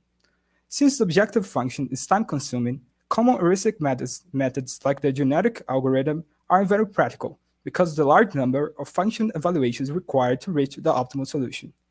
For this reason, a surrogate optimization method was chosen, which tries to approximate the expensive objective function with a radial basis 1, reducing the need to compute the real results by using the ones obtained via the surrogate model to determine the optimal next step. With this approach, it's possible to obtain the optimal point at a fraction of the time needed by the heuristic algorithms, speeding up the design. Now focusing on the active control system, the first step involved in its development was to create a flight dynamic model for the rocket in Simulink. This was accomplished by means of the three major blocks presented here, namely the rocket dynamics, the custom variable mass, and the environment. The rocket dynamics blocks contains a calculation of the thrust and aerodynamic forces and moments being generated during the flight, as well as the current weight, all of which are written in the body axis. It's also responsible for the computation of the present mass, the moment of inertia, and center of gravity of the vehicle, values that are constantly changing during the motor burn.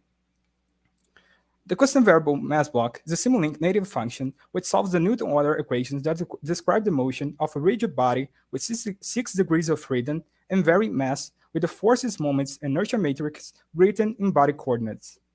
To avoid the problems usually associated with the Euler angles attitude representation, namely the gimbal lock, a quaternion is first used for the calculations and then converted to their corresponding Euler angles for later use. Finally, the environment block encompasses the atmospheric and wind model used in the simulation. The atmosphere is considered to possess the same properties as the international standard atmosphere, while the wind is assumed to consist of a constant speed and direction component, which varies with altitude following a logarithmic law, in a turbulent one according to Dryden's turbulence model. Then, the control system model was created, also consisting of three main blocks: the sensors, the current state error, and the actuators, as can be seen in this figure. The sensors blocks contain the accelerometer and gyroscope models, which outputs the measured body acceleration and angular velocity considering the equipment's bias, the measurement noise, and the position of the inertial measurement unit in relation to the rocket's current CG. It also has blocks dedicated to filtering the measurements through the use of a low-pass filter, to correcting the acceleration error caused by the distance between the IMU and CG, to estimating the incidence angles, and to estimating the vehicle's attitude. The current state error block determines the difference between the current measured rotational state and the reference values, according to the nominal pitch rate and angle obtained from the flight without wind and the launch azimuth. It also computes the integral of the roll angle after the motors burn out, resetting the integral error after a change of the roll angle signal to avoid windup. At last, the actuators block encompasses the limitation of the controls based on the max deflection angle given by the Canary fin stall angle and the rocket's current angle of attack and side slip, the determination of the demanded controls according to the activation and abort condition expressed in the LASC requirements, and the calculation of the actual controls that will be passed to the flight simulation considering the actuator dynamics, which is modeled as a first-order transfer function. After finishing the control system model, the next step was to design the control law. The method adopted for this was based on the optimal control theory, which provides a way to determine the gain of a state feedback controller to minimize a quadratic cost function. This function depends on two weighting matrices, Q and R, which indicates how important a performance error is and how costly is the use of the controls, respectively. Although this theory provides a way to create an optimal controller for a controllable or at least stabilizable system, has one major setback, namely that the system must be linear and time invariant. When this is the case, the gain can be easily determined by solving the algebraic required equation for P. Unfortunately, this is not true for rocket flight, since the Newton-Euler equations are nonlinear and the aerodynamic moments vary with time because of the change in speed and altitude. Nevertheless, it's possible to linearize the system around an operating point and then design the control law.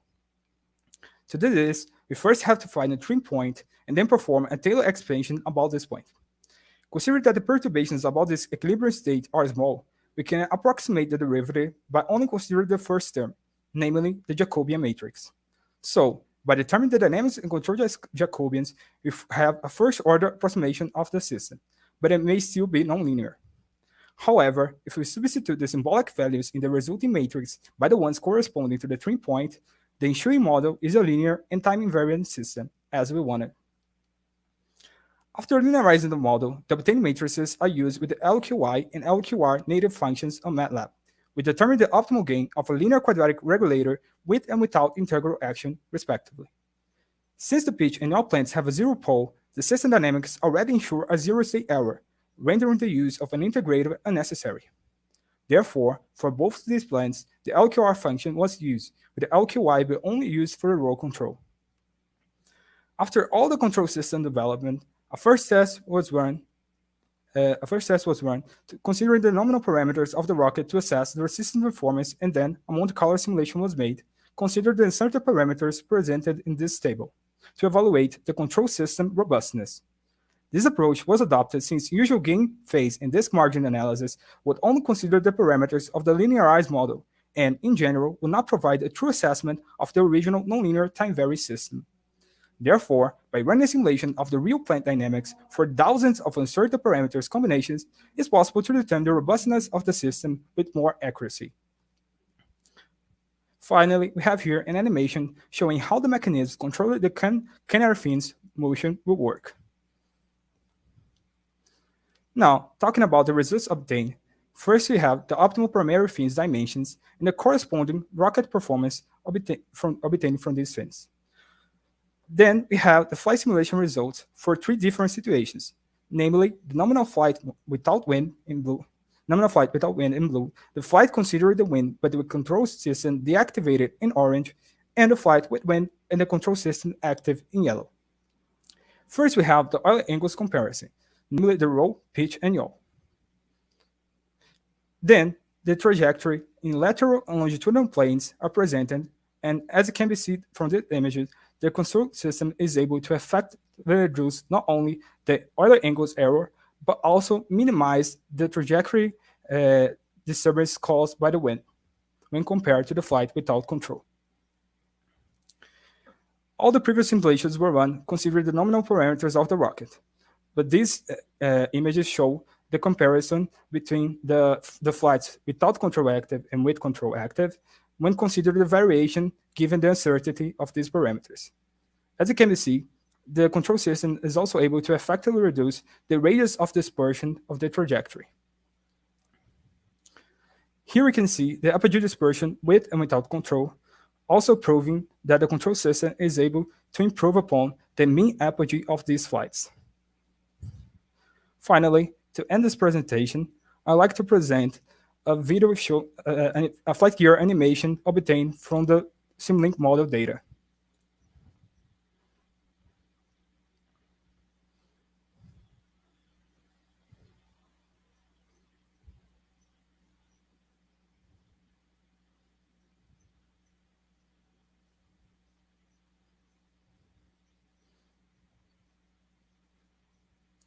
Thank you very much for your attention, and I'm happy to answer any question that you guys may have.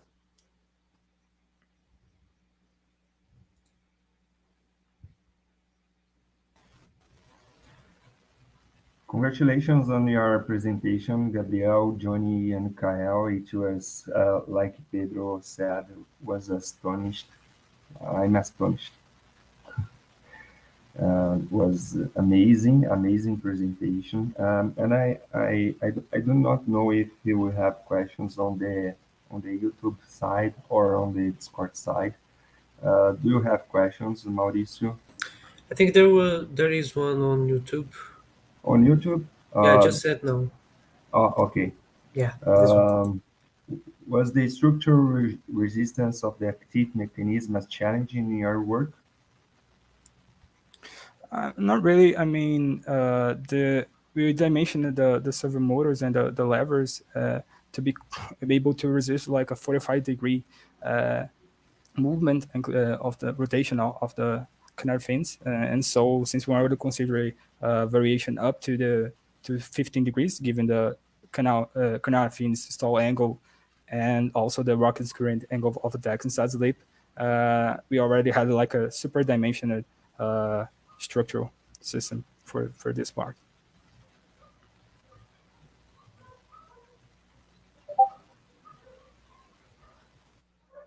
Okay, thank you. I have some comments to say. Like you start your presentation saying about the Latin American Space Challenge. We have strict rules on active flight control systems, and I think the active control systems until 2020, like let me say that we did not have I think in Latin America or even in the US as our rules are based on the Spaceport America Cup, too much knowledge on student teams level to make active control systems. But I think for 2022 we can have one or two spots for active control systems. I think we need to move forward and not stricter teams on old-fashioned rules. And I think if you submit on 2022 your project with your active control systems implemented, I think we can launch it on Cape Canaveral. I think it's gonna be a game changer. And uh, in my opinion, your work is very consistent. I would like to see the the stud that you guys did on a real project. When you put the Regal project on a bench or on the rail to launch it, I would like to be present to watch the control system being activated, and I think it's gonna be something else. I think it's gonna be probably the first active control systems launched in Latin America on a university level. I think the job was amazing. Congratulations. And just a suggestion for your future work is analyzing the safety part of the active system. Okay, let me see. I have active system to control row, but what is going to happen if we have the one thing like stop on a transversal section, for example? What's going to be the trajectory? Like in the last presentation, Capital Rocket team was talking about the dispersion analysis. I think you could add a dispersion analysis if your system fail. I think for 2022 we need to have this analysis for getting a green, a go for your launch with an active systems. But I think it's going to be great. So let's be in touch for seeing that. Great. Well, also looking forward to be testing this project as well, and we'll surely be working on a new project for the last year's not last next competition. And yeah, we'll be more than happy to be launching for the first time a student project that has active control system in Latin America. Perfect. There is a Fernando Barroso said, have you guys started to test the active control system? Do you have it already implemented on your rocket, or is just an study yet? It is study yet. Unfortunately, we haven't been able yet to test, but this month we're already going to be doing a Hydra in the loop test. So just checking if the code is working according to what we planned with the actual hardware. So connecting the 7 motors, the microcontroller, the sensors, and we're planning to do a wind tunnel test after that, probably in December or at best in January to test. We'll also consider the wind, so the relative wind caused by the wind tunnel.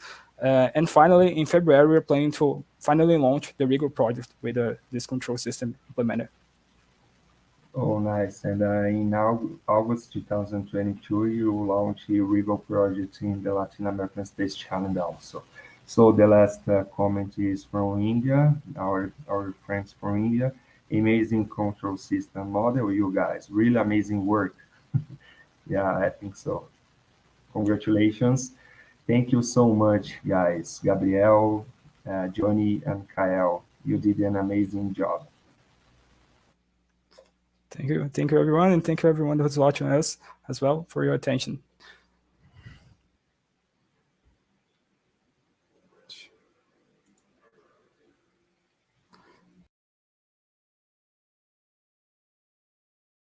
You were muted, Calvin. Yes, thank you, Mauricio. You have the last thing for today. What's the team? Do you have the name? Team EPTA. EPTA. My team, yeah. Nice. Okay, EPTA. They are right here with us. Rafael, Esteban, and Larissa. Make a joinha if you are ready. Okay. Let's add them here. So welcome, Larissa, Esteban, Rafael. How are you today? Hello, Calvin. How are you? Hello. Good, and you? Hello, Maurice. Hello, Calvin. Thank you very much for the opportunity.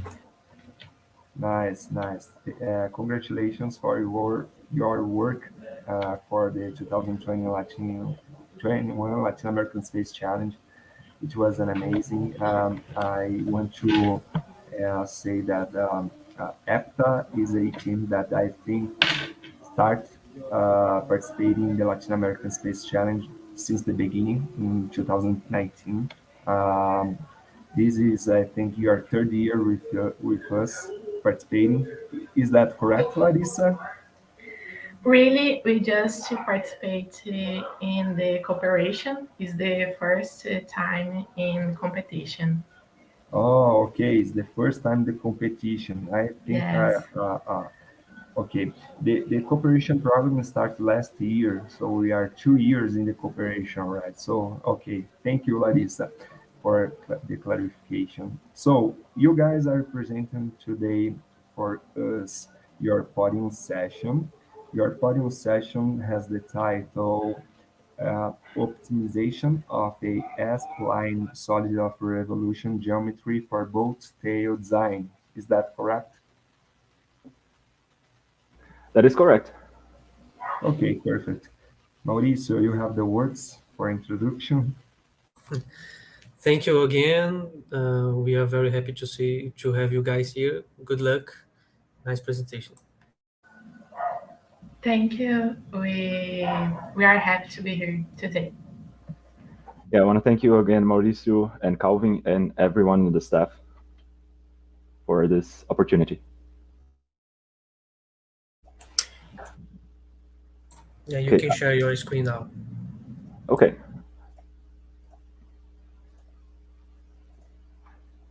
Can you see the screen? I'm sorry, just for feedback. Yes. Okay. So, hello everyone, LASC staff, engineers, and everyone watching. My name is Esteban Rezende. I'm from EPTA, ID 19 in the 1 kilometer category. Today, I wanted to bring you the extended abstract submission of our team, the optimization of a spline solid of revolution geometry for boat tail design. As an introduction, our mission is the Osiris, the 1 kilometer apogee with 800 grams of payload. It is a solid rocket motor. On the right, we have a render of our final product design. So a quick recap. The optimization was done using ANSYS software package. We created a revolution spline geometry, exemplified on the image on the right. It was a fully automatic optimization, so no user input after the initial input, and it produced around 2% reduction in drag overall in regards to a section cone geometry. This created a huge basis for future optimization needs, even not only in the aerodynamics subsystem, but for other subsystems as well. For its conception, we thought about the K software utilization in the industry, K meaning computer-aided engineering. The overall time savings and significant cost savings that it produces in the industry was sought off by and coveted by our team, because it could create a really competitive design while reducing our time in the computer and in the design part. Its implementation comes from the use in boats and in bullets, because their designers saw that if they implement a boat tail, the reduction of drag is very apparent. So for rockets, it is used boat tails as well. But because of the scarcity of predictive methods of how the changes in geometry will affect drag, we thought about using CFD and a routine to optimize this geometry automatically, and also to find the overall drag produced by this geometry. So for this task, we use the software ANSYS and the workbench. It integrates all the parts necessary for our project, like the CAD from SpaceClaim, the mesher from structural mesher, and Fluent, the CFD part. And everything is used using the optimization tool from Workbench. Now for the routine and design of the optimization, we have here the project schematics on the left.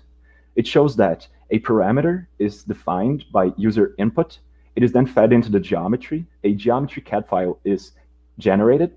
It is exported into the mesher.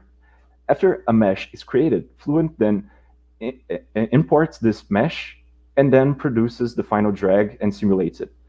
A direct optimization tool then runs everything from the parameters it inputs and the parameter it gets to find a minimum drag on the individuals that were in fact created. The geometry used for this was a spline tool.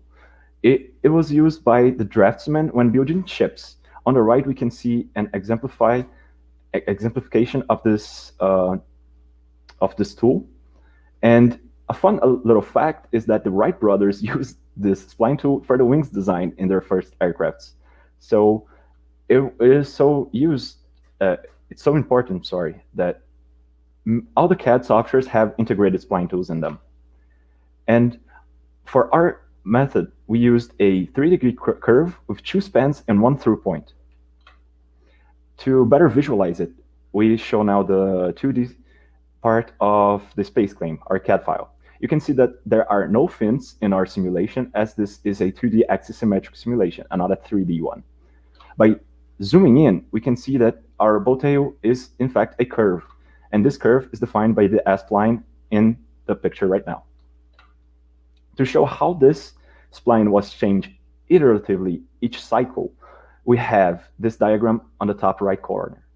The fuselage has a minimum, and the nozzle has a minimum height, fuselage length, I forgot to say that. And P7 is the first parameter. It shows how far along the x-axis the first point is, while P8 shows how farther up in the y-axis the endpoint is, while P9 and P10 shows the x and y coordinates of the middle point.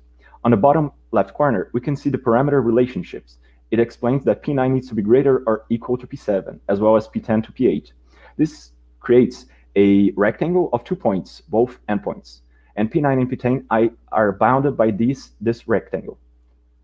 And through that, and the use of scripts in SpaceClaim, we can each cycle create a new geometry. This script editor is a Python interpreter, and it creates each cycle a new geometry.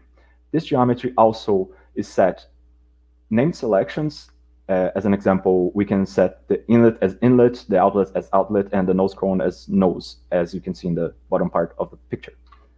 Now, the script also checks if there are any intersections or interferences with the propulsion systems, as in if the spline crosses the propulsion fictional place, then the spline creates an invalid geometry, and this invalid geometry is created is replaced by a default geometry.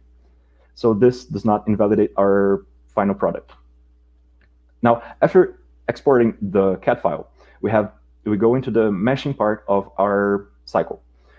Using the Fluid Mechanics 101 Y+ calculator, we can set our inflation layers in a way that, since we are going to use the K omega SST model, all the cells have the Y+ set to be less than 1. The velocity is around 138 meters per second. This is around 0.4 Mach. This is not the velocity used in simulation, but this is just to be sure that every single cell does not exceed 1 of the Y+ a-dimensional value. This is then the final product of the initial mesh, and then this mesh is exported and sent into Fluent. For the Fluent part, we open the launcher with double precision and 4 physical processes for physical core processors for the parallel processing option. This is the graphics user interface of Fluent with the mesh already loaded in. The solver then is set to perform a pressure-based steady-state axis-symmetric 2D simulation, and then all the results that are found in the simulation are then fed to Workbench for the optimization to continue. We set the K omega SST turbulence model at Mach 0.3, and with that, we set the compressibility effects to on, as 0.3 is regarded as the middle point between the compressible and incompressible regime of air. And for the fluid settings, we set air at the density of ideal gas and the viscosity to the Sutherland approximation. The solid is set to the default aluminum material, as no heat flux is modeled in the wall, and the surface is already smooth, so there will be no effects with that default settings. For the boundary conditions, we set the operating pressure to 0 pascals, as this is a recommendation already set from ANSYS. And in the inlet, or better yet, the pressure far field, we set Mach number to 0.3, and the gauge pressure as the nominal pressure or the default pressure. For the pressure coupling scheme, we set the pressure velocity to coupled, and the spatial discretization, we set all these discretizations to third order muscle, except for gradient and pressure, as these do not contain this option. The pseudo-transient option is used instead of the current number, as it is better indicated for our process. A drag output parameter is also created, as it calculates all the drag that is generated from our geometry. This is then fed into Workbench directly. For the convergence criteria, we set it to being less than 10 to the negative 5, but this will not be the criteria for stop, for the flag to stop. The cell we create then 2 cell registers. We using the gradient derivative option for static pressure, we set a refinement and a coarsening action cell register for cells with value over 7 and under 2. This causes, with this, we can create a dynamic adaptation of the mesh. For every 20 iterations, the mesh will be adapted and refined using these parameters. In the initialization option, we use the use external aero favorable settings, as this is the most indicated for our external aero simulation. And in the pseudo-transient options, we set the length scale method to aggressive. All the other settings are set to default. 93 iterations were enough to achieve a result within 0.1% of the difference between further iterations. So if we ran around 200, 300 iterations, the result would be still in 0.1% range of the 93rd iteration. On the bottom, we can see a velocity contour of one of the final simulations. And images are automatic captured after 92 iterations using the command window. And these pictures are then translated into GIFs. I will show it later. The difference between the initial and final mesh are then shown here. On the top, we have the final mesh with all the cells already refined. For the routine results, we have this picture on the left of the routine results. Not everything is as it has a lot of details. And by using the adaptive multiple objective method as the optimization method, we sought to minimize P11, which is the parameter for drag in Workbench. This is one of the results. P11 drag by number of points or number of individuals. You can see that around the 37th design point, a minimum was in fact achieved. And around 137 design points were created. 111 are shown here, but some design points were run earlier as a run was done to check if there were any mistakes or errors. The best candidates are now shown, and the candidate point number 1 produced the last drag of 6.23 newtons of drag. And this GIF was created from images, the automatically saved images, and you can see that the boat tail does change, in fact, and the newton keeps on diminishing. And this video was created using MATLAB, and it shows all the possible spline points and their overall geometry. Remembering that not all splines were in fact simulated, as some did cause interference and were set to the default setting.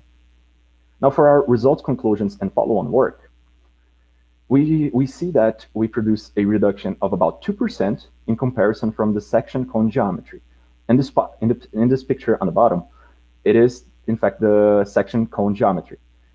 The resultant drag is around 6.35 newtons in comparison to the 6.23 newtons achieved in our novel geometry. We had a reduction of about 0.1 newtons on this specific velocity. So in conclusion, our optimization routine yielded very positive results, which caused a boost in our APTA's knowledge of CFD. This causes a really good basis to, in the future, we may not need to rely so heavily in other third-party softwares like Openrocket or Hazaero. This way, if we continue to improve our CFD knowledge, we can predict our overall drag of the rocket and make analytical simulations using these values. And the boat tail geometry design was approved as a result of this optimization and is now being used in our rocket Osiris. For the follow-on work, we are researching currently in the team the utilization of sand grain roughness for the simulation of roughness in the surface of our materials or the fuselage. This can cause a really good approximation in the overall drag of our rocket. We are trying to see if there is a possible way to extrapolate the Moody chart diagram and interpret the sand grain roughness using this chart.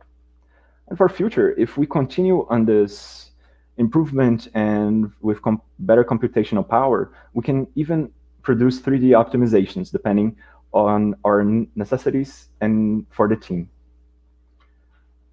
This was our submission for LASC 2021. I would like to thank you all, and now open for questions.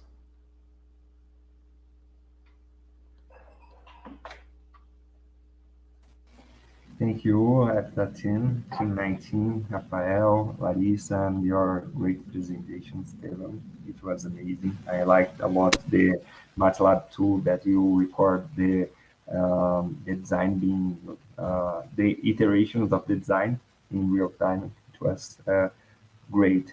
So, Mauricio, do you have any questions? My question was the same as the Guilherme sent on the chat of the YouTube. So if you put it. Okay. So amazing work, the same as my commentary.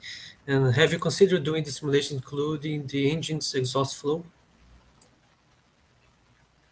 We haven't considered yet using the engine exhaust flow, but it is a possibility for future implementation in ANSYS Fluent, but it is still not very known as to us, as it would probably use a non-steady state. It will be I forgot the name, but a transient solution. So it could rely heavily on computational power. If we could find like I forgot the name, but a coalition of computers to use or something in the sorts, we can try and do this. It is a really good simulation to be done. It is possible. Just an advice, maybe if you can make an approximation by using hot air, so not considering the exhaust gases of the engines. If you are concerned with the computational costs, maybe you could use hot air with same properties like specific heat, any other properties of the gas. So maybe could be a possibility. And this, I think, this is important for your simulation because, for example, the last image that you showed on the slides showed some circulations after the boat tail, and this completed differs with the exhaust gas. So I think it should be a good work for you to guys work on.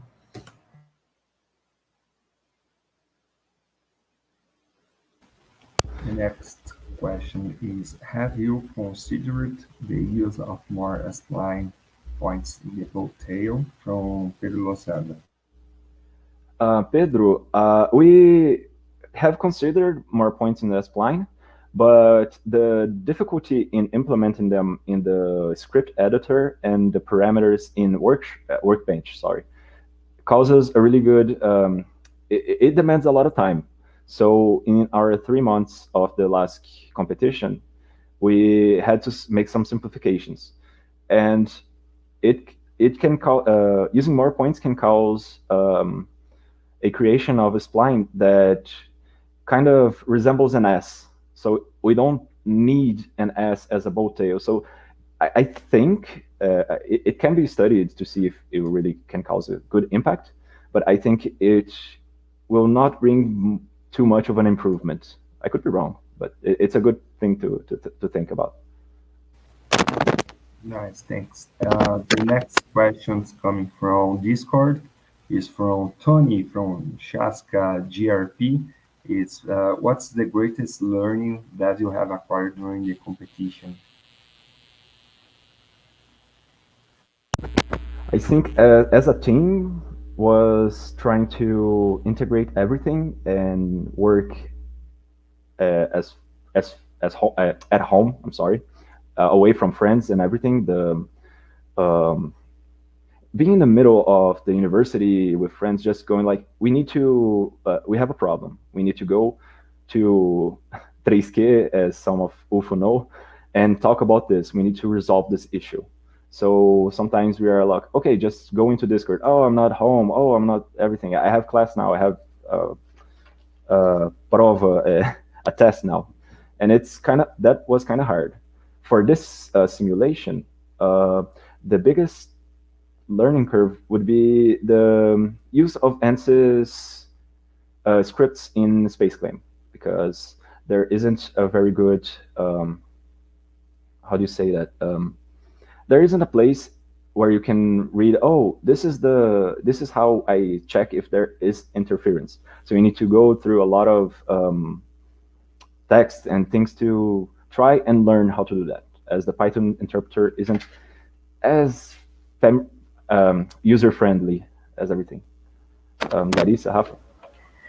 And this during the competition, we learning a lot about the organization and timing, and this was our first project for 1 kilometer, so we were able to learn a lot about all the project. Yes, and I would say that as a first timer in the competition for EPTA, developing the tools and the methods and putting the team together for the first time. For most of our members, it was the first time they were experiencing a project from the beginning up until the presentation. And so I believe that building all this structure and all those methods and analysis was one of the greatest challenges for our team. And I believe that it is a great achievement for us to being able to do this and have this for our future generations now. Nice, nice. Congratulations, guys. It's important to say EPTA is a first-time competitor. Sorry, competitor. Help me, Mauricio. First-time competitor at LASC. Thank you. Competitor, sorry, at LASC. So congratulations for your podium session. It was amazing. I like how you try to use your knowledge on the boat tail design. I want to see that on 2022 in the actual rockets being launched at Cape Canaveral. So congratulations. Thanks again, Calvin, Mauricio, and everyone that is watching, and the other teams as well. Thank you, guys. So now we have our last but not least presentation. It is not from a team, but is from Mr. Caius Reza from Alba Orbital. Let me introduce Caius here. So, hello, Caius. How are you? Yeah, doing good. I'm really excited to be able to hear all today's talks. They've gone really smoothly so far, and yeah, it's really cool event so far. No, nice. Thank you for accepting our invitation to talk to every student here in the Latin America and also Turkey and India. But we have a few teams that are not from Latin America that are participating at Latin American Space Challenge. So it's we are proud to have you here to talk to us about your work. And so that's it. Thank you, Caius. So I will start sharing my screen. Nice. So can you see this okay? Yes. It's something like I would like to add. Caius works at Alba Orbital. Alba Orbital is the contractor that Pion has made a launch service agreement to launch the Pion BR1 satellite. So it's important to say that Alba is helping and supporting us a lot since the end of 2020 when we first reached in conversation. So I want to thank you a lot, Caius. Also extend I'm very thankful for having Tom as a not as a supplier but as a friend also. Thank you, Mr. Martin Dunn, also Alba Orbital. So thank you, Caius. Thanks for the intro as well. So yeah, I'm just going to. So today, Calvin already did a great introduction for me. Thanks you very much. But yeah, today I'm going to be talking about democratizing access to space with tiny pocket-sized satellites called pocket cubes, and some things about their use cases and more along the lines of what we've been doing, as well as what other teams have been doing across the globe. So yeah, as you can tell, I may have a funny accent and I'm from Scotland. So this is actually a picture of the Clyde in Glasgow, which is where our company's founded.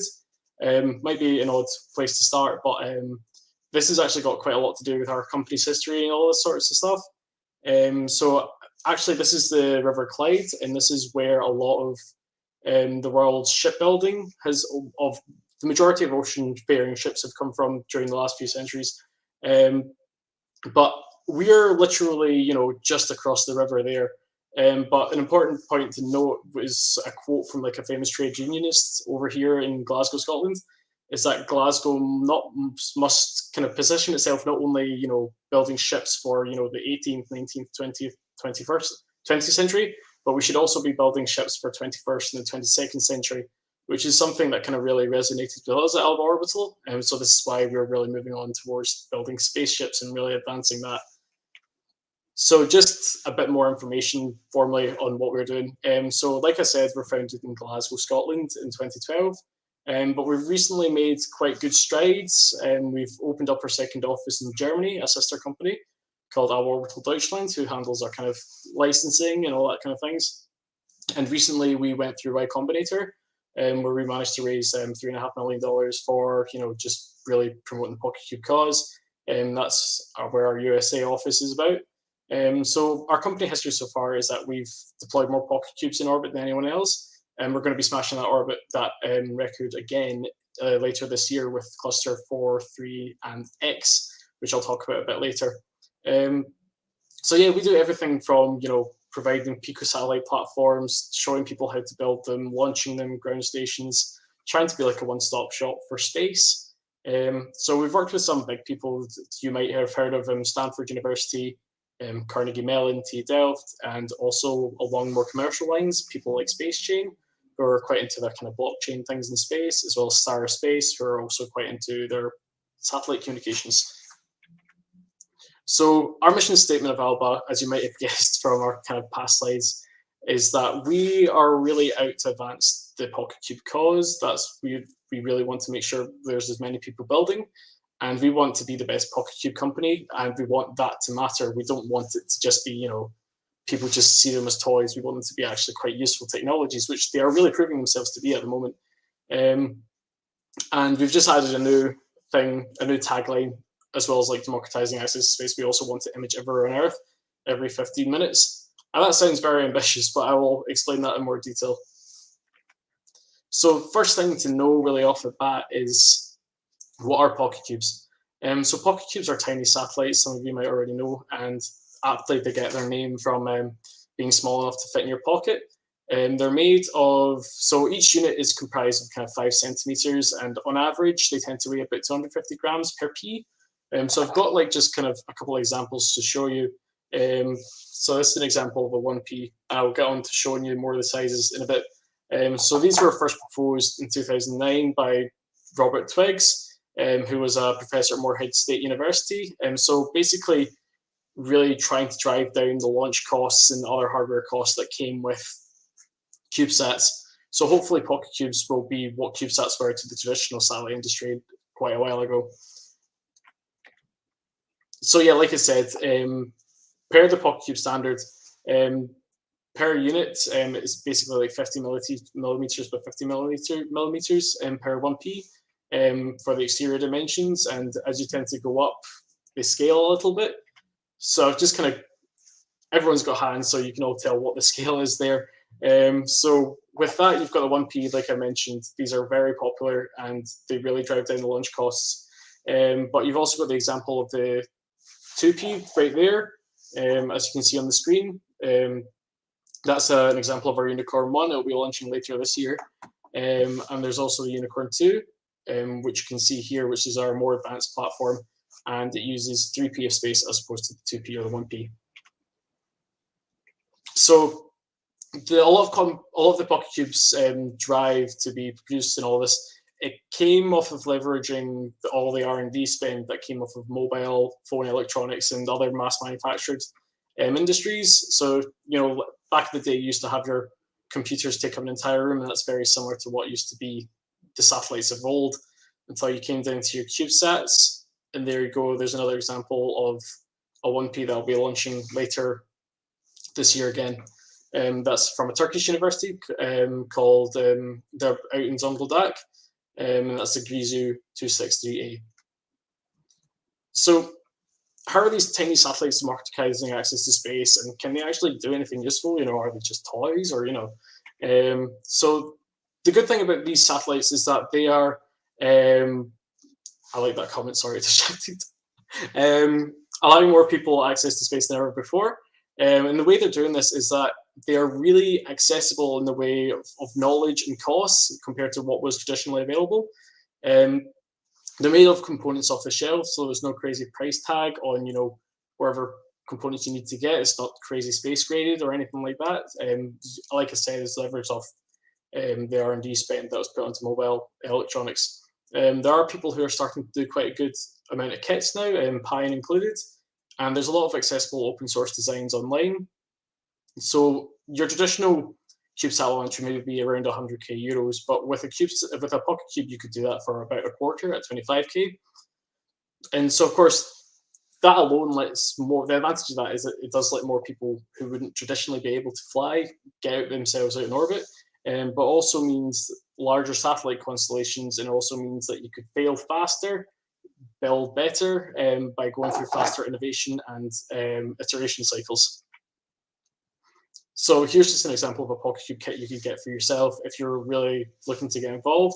These next slides are kind of just how would you get involved in this kind of thing. So yeah, like I said, few new space companies have been really capturing that market for people who want to get hands-on with their space engineering and in an easy way. So this is very popular with the universities and also quite a lot of high schools for STEM outreach. Pine Labs are a great example. They'll have a Pocket Cube kit ready. I think they've already been selling them quite a good number, but that will gain flight heritage on Alba Cluster 4 in SpaceX in December this year or early January, depending on the schedule. And it's actually Brazil's very first Pocket Cube to be put in orbit. So again, like how would you go about putting these things together even if you didn't want to go for a kit? There's plenty of open source designs that you could access on the web. For example, you're kind of spoiled for choice with the One Piece. You've got the TFT Cube, which is a UK one. You've got the Sanosat, which is Nepal's very first satellite, Pico satellite, sorry. And you've also got universities like Carnegie Mellon who have put out the Tartan Artabaeus. And they're all useful for different sort of missions and all sorts. But there's much more on the internet if you want to go and check them out. And if you're looking for something bigger, there's the 1.5Ps or the 2Ps. A good example of the open source ones are one from AMSAT in Spain with the EASat, Aerial University Satellite 2, which is a 2P, and $50 sat. So the interesting thing about $50 sat is that it's already got space heritage. It launched back in 2013. And its whole thing, going by the name, was to really demonstrate how these inexpensive missions are really viable in a low Earth orbit. So yeah, and again, even if you want to go and design your own, a lot of these open source platforms kind of are derived from the current Pocket Cube standards. So that tells you everything you need to know on a sort of mechanical basis and sort of guides you where you need to go with building your own. So that's something that's been sorted in collaboration at the last issue in June 2018 between ourselves and Alba Orbital TU Delft, another university who's quite prominent in the Pocket Cube development sphere, and Gauss. And if you need more information on the sort of electrical standards, which is not really covered as much in the current Pocket Cube standard, you can go and check out the PQ60. And there are sort of improvements that can be handled there. For example, like standardizing the external charging of satellites within deployment of the pod, which I'll get onto as well. So I did say that I would cover what they can do as opposed to them just being, cute small satellites that are cheap to launch. You can't just launch them for fun as much as we find it fun. So yeah, as you can see, this is just an example of what you can do. A lot of people are interested in sort of education, Earth observation, science, blockchain. There's kind of no end to the ideas you could put out. So this is what we previously launched in our last Alba cluster. So as you can see, this is our Alba pod, which has really helped pave the infrastructure for Pocket Cubes actually being able to launch, because prior to that, there wasn't really much choice as to who you could fly with and how regularly you could. For instance, we got a launch for our first unicorn easily like 2013 or something, and we had to wait like 6 or 7 odd years, and it just didn't materialize. So we really thought we would step up and make sure that there's a regular bus going for these sort of satellites in a rideshare. So this is an example of some of the missions that I've flown in the past. So far we've flown 6 Pocket Cubes. The two brown ones, excuse me if my colours are weird, I am colourblind. These two satellites are from a Hungarian university called BME University, Technical University. This was an IOD mission testing a sort of thermal insulator. And this one was an RF spectrum mission, and I'll go into a case study about that because it was a really successful mission. This one over here in green, that's from Germany. A little startup, kind of German-American startup who are kind of looking into weather applications. And this is actually flown by some high school students looking to test their sort of their IoT platform in orbit. And furthermore, to our last launch, and you can see this is the team with a couple of our Unicorn 2 models, which is something we've developed in collaboration with ESA. I'll touch again on that. And this is more for like a inter-satellite links communication mission. So for the next few slides, I'm going to focus on these use cases in particular, as they tend to be like very popular, and it's also in the sphere of what we're working on, because yeah, a whole lot of new applications are being opened in these sectors, mainly because of the small size and the small launch price. So in terms of education, it's something that's really catching on into the mainstream. The most notable examples of universities are taking this on and sort of running with it is the Stanford University. This is the PyCubed 1. This is the Carnegie Mellon's Tartan Artemis that you've seen in the last slide. It's going to be like a orbital edge computing picosatellite. It'll be launching later this year, as well as TU Delft's 3P. So they're based out in the Netherlands. So yeah, like I said, the low cost of the PocketCube launching materials mean that they're really affordable to schools, and you don't require excessive facilities. And a lot of these projects that have been launched in orbit have really proven that it is quite feasible to do.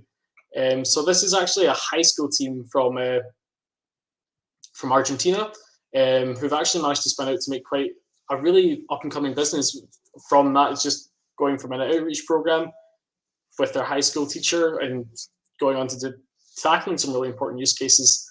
Yeah, so this is one of our PocketCube workshops in Glasgow. We had good fun out there. People managed to come over from all over the place, pre-COVID times. Yeah, and as a lot of you people here today probably know, nothing gives students more drive than knowing that their hard work will be rewarded by actually being in space. It's something that kids dream of, adults dream of. It's kind of universal to humans. So yeah, like I said, in the previous slide, there was the Hungarian SMOG-P. This is a 1P picosatellite that was launched in orbit via Alba Cluster 2 on our first launch with Rocket Lab. And this was just developed by Hungarian students, but this was kind of broke records as being one of the most successful PocketCube missions ever flown. They made the world's first interactive map of electro-smog pollution from across the globe. And that little satellite, it had about a year's lifetime in low Earth orbit.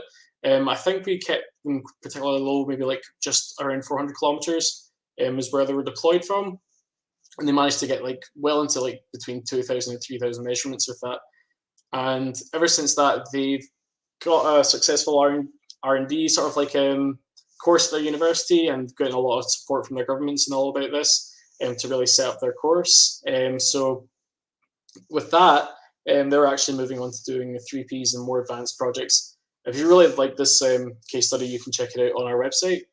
And other sort of RF spectrum mission ideas, instead of just like monitoring frequencies and like just monitoring like smog pollution, the Unicorn 1 was actually designed to have an ADS-B payload for plane tracking, and which has also happened with a German satellite called REN. And you could also do some AIS payloads for ship tracking. So these are just kind of mission ideas you can use. So yeah, like I said, this is really shows the success of educational missions, not only as like, it just shows how, you can go and show a high school how to go and put along their own space technologies and really let them flourish and nurture into, future space engineers.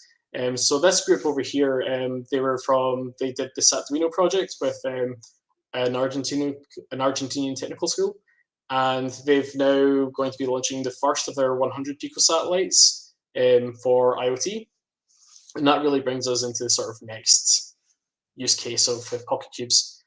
So their reduced cost means that they are primed for mass production in larger constellations, And weirdly enough, even though the electronics are the same as all the other big industries that are out there at the moment, like mobile phones, no one's really thought to mass produce them. So if you go and mass produce them, you could easily get your constellation up there for worldwide communications quite simply. So another example is Pion. They're looking to take on this sector as well in terms of IoT. And some use cases just there, that's not even an exhaustive list. These pocket cubes can help, develop smart cities, better ways of agriculture, bringing more information to the industry and infrastructure sectors, as well as energy, just among the few applications. So I'm just going to tell you what we're planning to do, just to show you that it's not just all talk. These things are actually coming together. So our vision for Earth observation and what we got funded for during YC for $3.5 million seed round is that we plan to create the world's largest Earth observation constellation, making near real-time imagery hopefully a thing of reality. So our constellation will be providing global coverage of 15 minutes to visit at a resolution of 10 meters per pixel by the time we get our Unicorn 3 platform out. And these will be in the spectral bands of RGB and near infrared. So the backbone, and being Scottish, we can't miss the opportunity to get that marketing, out there to get the first image of Scotland from orbit. So that's going to be flying really soon, again, on the same Cluster 3, Cluster 4, Cluster X launches. But Unicorn 2 is really the backbone behind that. So this is something that our company's been developing for a little while now. And we managed to fly to them back in 2019. So it's our flight proven platform that we also offer out to people who want to fly their own payloads. But we developed that in collaboration with the European Space Agency. And our kind of goal with this was to be the most advanced picosatellite, a satellite that's under 1 kilogram. So our performance is we really hope to be, this is comparable to a 3U CubeSat with a 20-watt quadruple deployable solar panel and the world's active ADCS, which is vital for missions like EO, as well as, fitting it all into like 750 grams and, a 3P factor, form factor. So what we plan to do with this is we believe our EO platform has a lot of, potential to be game-changing for a lot of sectors. Particularly wildfire would be the main use case. So the best imaging systems at the moment, because they're larger satellites and more expensive to launch, they have lower revisit rates, which mean and lower temporal resolution, which means that it's like having a chocolate teapot when you want to go about and capture emergency situations like wildfires where you need to track them and be the first one there. So it really is quite complementary to the other constellations that are out there. For example, we can be the first responders to tidal disasters or any sort of disaster response like wildfires. That's our go-to use case. And they can come over with higher resolution if they need to be. But yeah, with Earth imagery at this unprecedented revisit rate, the possibilities are limitless. So the resolution will be very similar to what you see on the Sentinel-2. And so you can see that it's very useful for like large objects and checking out boats and things like this. But yeah, so that's like the end game of our plan. But our next satellites that we'll be launching with Rocket Lab very soon on Alba Cluster X will be mainly for nightlights constellations. So this is just an example of the nightlight imagery that researchers are using with VIRS and the International Space Station. But pocket cubes have opened up a new use case in the fact that a lot of these traditional companies don't want to go after traditional satellite imaging companies, don't really want to corner this market, which is something we can do with the cheaper satellites. But also offers, greatly improved statistics to what's available at the moment. We can offer higher resolution and more reliable nightly images, as opposed to having a photographer in the ISS just, snapping something with a camera, or, VIRS being up at 750 meters per pixel. And there's a lot to learn with the nightlights things. For example, you can check whether people have been displaced via war, see if there's been any conflict issues. You can check out if there's been, blackouts for the insurance sector, light pollution that's affecting the wildlife across the world. So there's a lot of use cases there. So mission possibilities are really quite endless. So yeah, how we can help people get to orbit is that we do want to be the one-stop shop for all this kind of stuff, and we do want to help out people building as many pocket cubes as we can. So yeah, we have the platforms, like I mentioned, the Unicorn 2, I've talked about that, and our launch services, as well as ground station solutions, and of course, licensing, which has been really hard for folks in the past. So this is something that I get really excited about. It's our next Pocket Cube launch. So this will be the world's largest Pocket Cube launch in history to date. I'll have Pocket Cubes from all over the world, including Brazil and Argentina. So we've got 20 Pocket Cubes lined up to fly on the SpaceX Falcon 9, as well as a Rocket Lab Electron. So these are just some of the pictures that have been, coming out of here. So this is the 3P Pico satellite from TU Delft. These two are from AMSAT in Spain. This is another Spanish satellite who are looking to tackle IoT again. And this is a student satellite from the Turkish team, from Zonguldak, the Grizu space team. So these pods are all fully loaded and ready to go out in Cape Canaveral at the moment. We've got some more getting shipped out this week, so it's quite an exciting time. And this is our current manifest. So for our first cluster 2, all those 6 pocket cubes have now re-entered. Some of them took from 5 months to re-enter up until about a year and a half. So this kind of low orbital lifetime also means that it's more sustainable than chucking up more satellites that have a much longer lifetime and have bigger mass to create more space junk. But Cluster X should be launching with Rocket Lab, and that's where our nighttime imagery satellites are going to be going. That's Q4 2021. And Cluster 3 and 4, which includes the Pion satellites, they'll be launching together on Transporter 3's SpaceX mission, and we've currently got 16 pocket cubes manifested for that.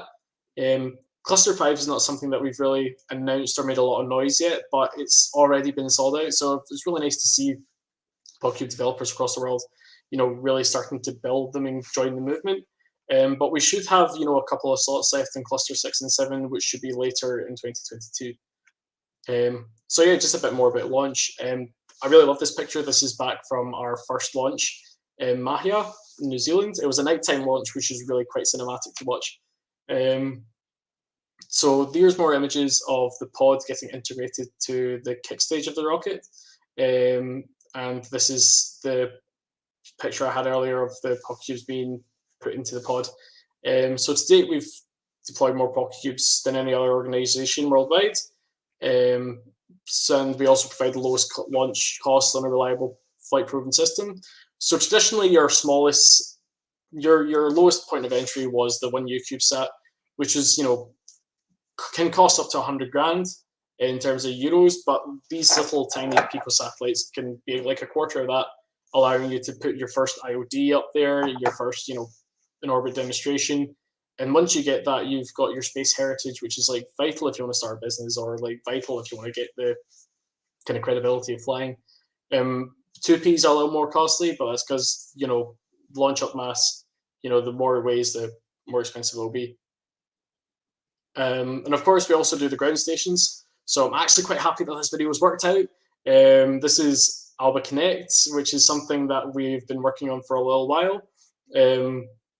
It's a UHF, VHF S-band ground station that is completely mobile. So you can take it anywhere and not really have to worry too much about, licenses, as opposed to traditional plant it in one place, not licenses, but planning permissions and such. So we've got that back in Glasgow, and we should be really ramping up the manufacturing to get the data rates down for our next constellation. So yeah, if you're more interested in the Pocket Cube stuff, you can always come over to one of our Pocket Cube developer workshops. We actually just had one a couple of weeks ago, and the talks are now available on YouTube. But yeah, it's a great place to be. You can make connections and really learn a lot of the community. For example, this is Zach Manchester, who kind of pioneered the little femtosats, and he's now working on Pocket Cubes, as well as get to know more people and have kind of a more hands-on look at space hardware, which is kind of a rare opportunity to be able to grab these things. So next year it should be in person in Glasgow again, which is something that we've really missed in person. But you can check out the previous iterations that were online purely because of the dreaded, pandemic. So yeah, you can sign up or register, or if you've even got ideas, you can submit from now. And yeah, that's kind of really concludes the talk for today. If there's anything that you're interested in to know, you can, just get in touch, or even if you fancy kind of little freebies, merch, I'm more than happy to ship them out for you.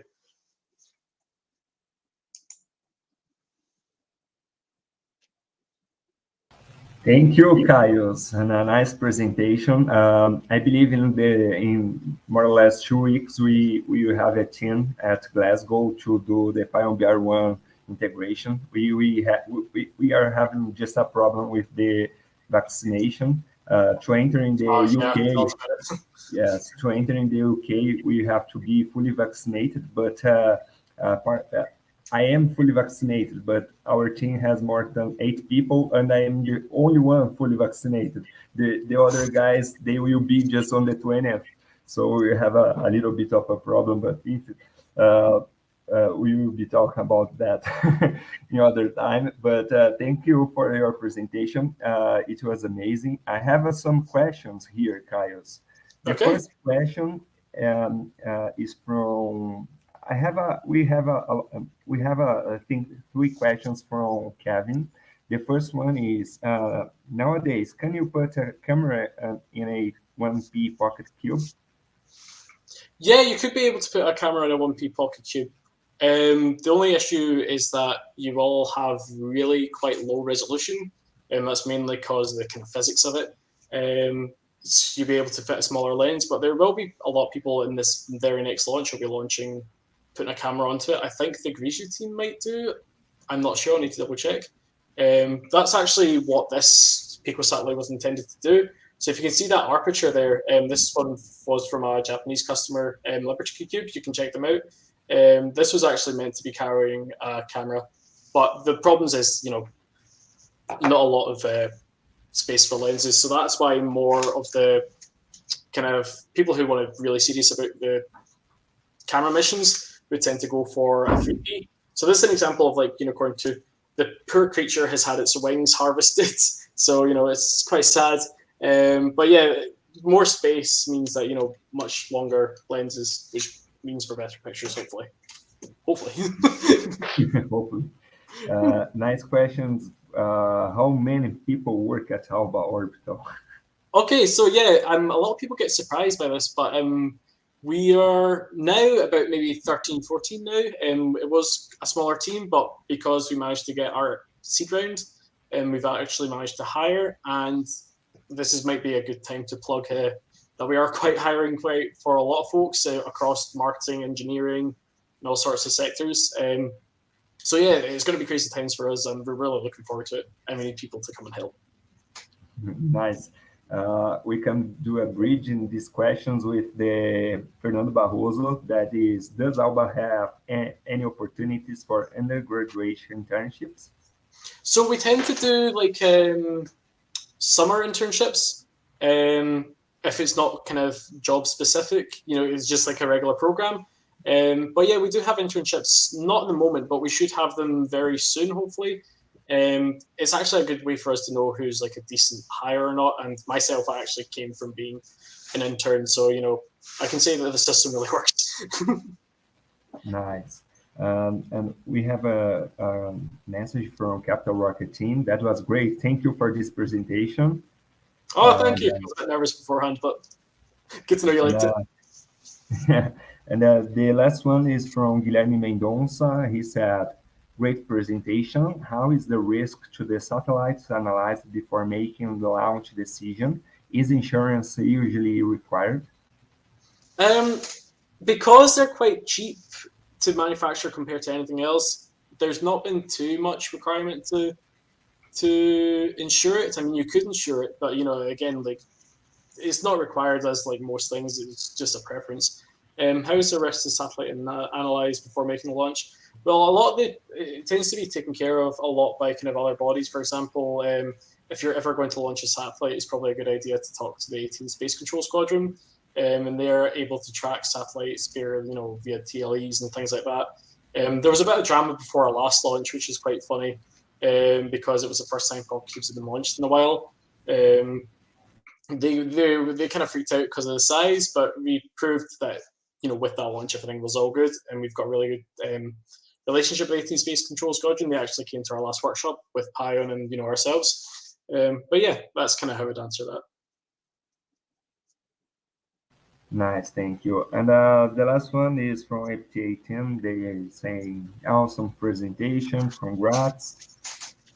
Fernando Barroso also saying, thank you for your presentation, Mr. Caios. So I think that's it, Mr. Caios. Thank you so much for a great presentation, clarifying for us what is a pocket cube. I am, like I said before, this was mainly rocket challenge. We are introducing the satellite part for the challenge since last year. For just a curiosity, we had 51 teams. From 51, we have 33 rocket projects and more or less 15 satellite projects. We hope some of the teams that is participating in the Latin American Space Challenge in the next or in a few years they can launch they could launch a pocket cube with you. I hope so. That'd be nice. Thank you so much, Caios. Thank you again for letting me come over. Again, loved the event as I did as much as last year, and if the next one's in person, count me in. Nice. Thank you so much. Thank you so much, everyone. Thank you, Caios. So this was our last presentation. We are going to stop right now, and we will start tomorrow morning, okay? So this was a great day. We did a lot of great presentations. So that's it for the first day. Thank you, folks. See you tomorrow. See you guys. See you tomorrow.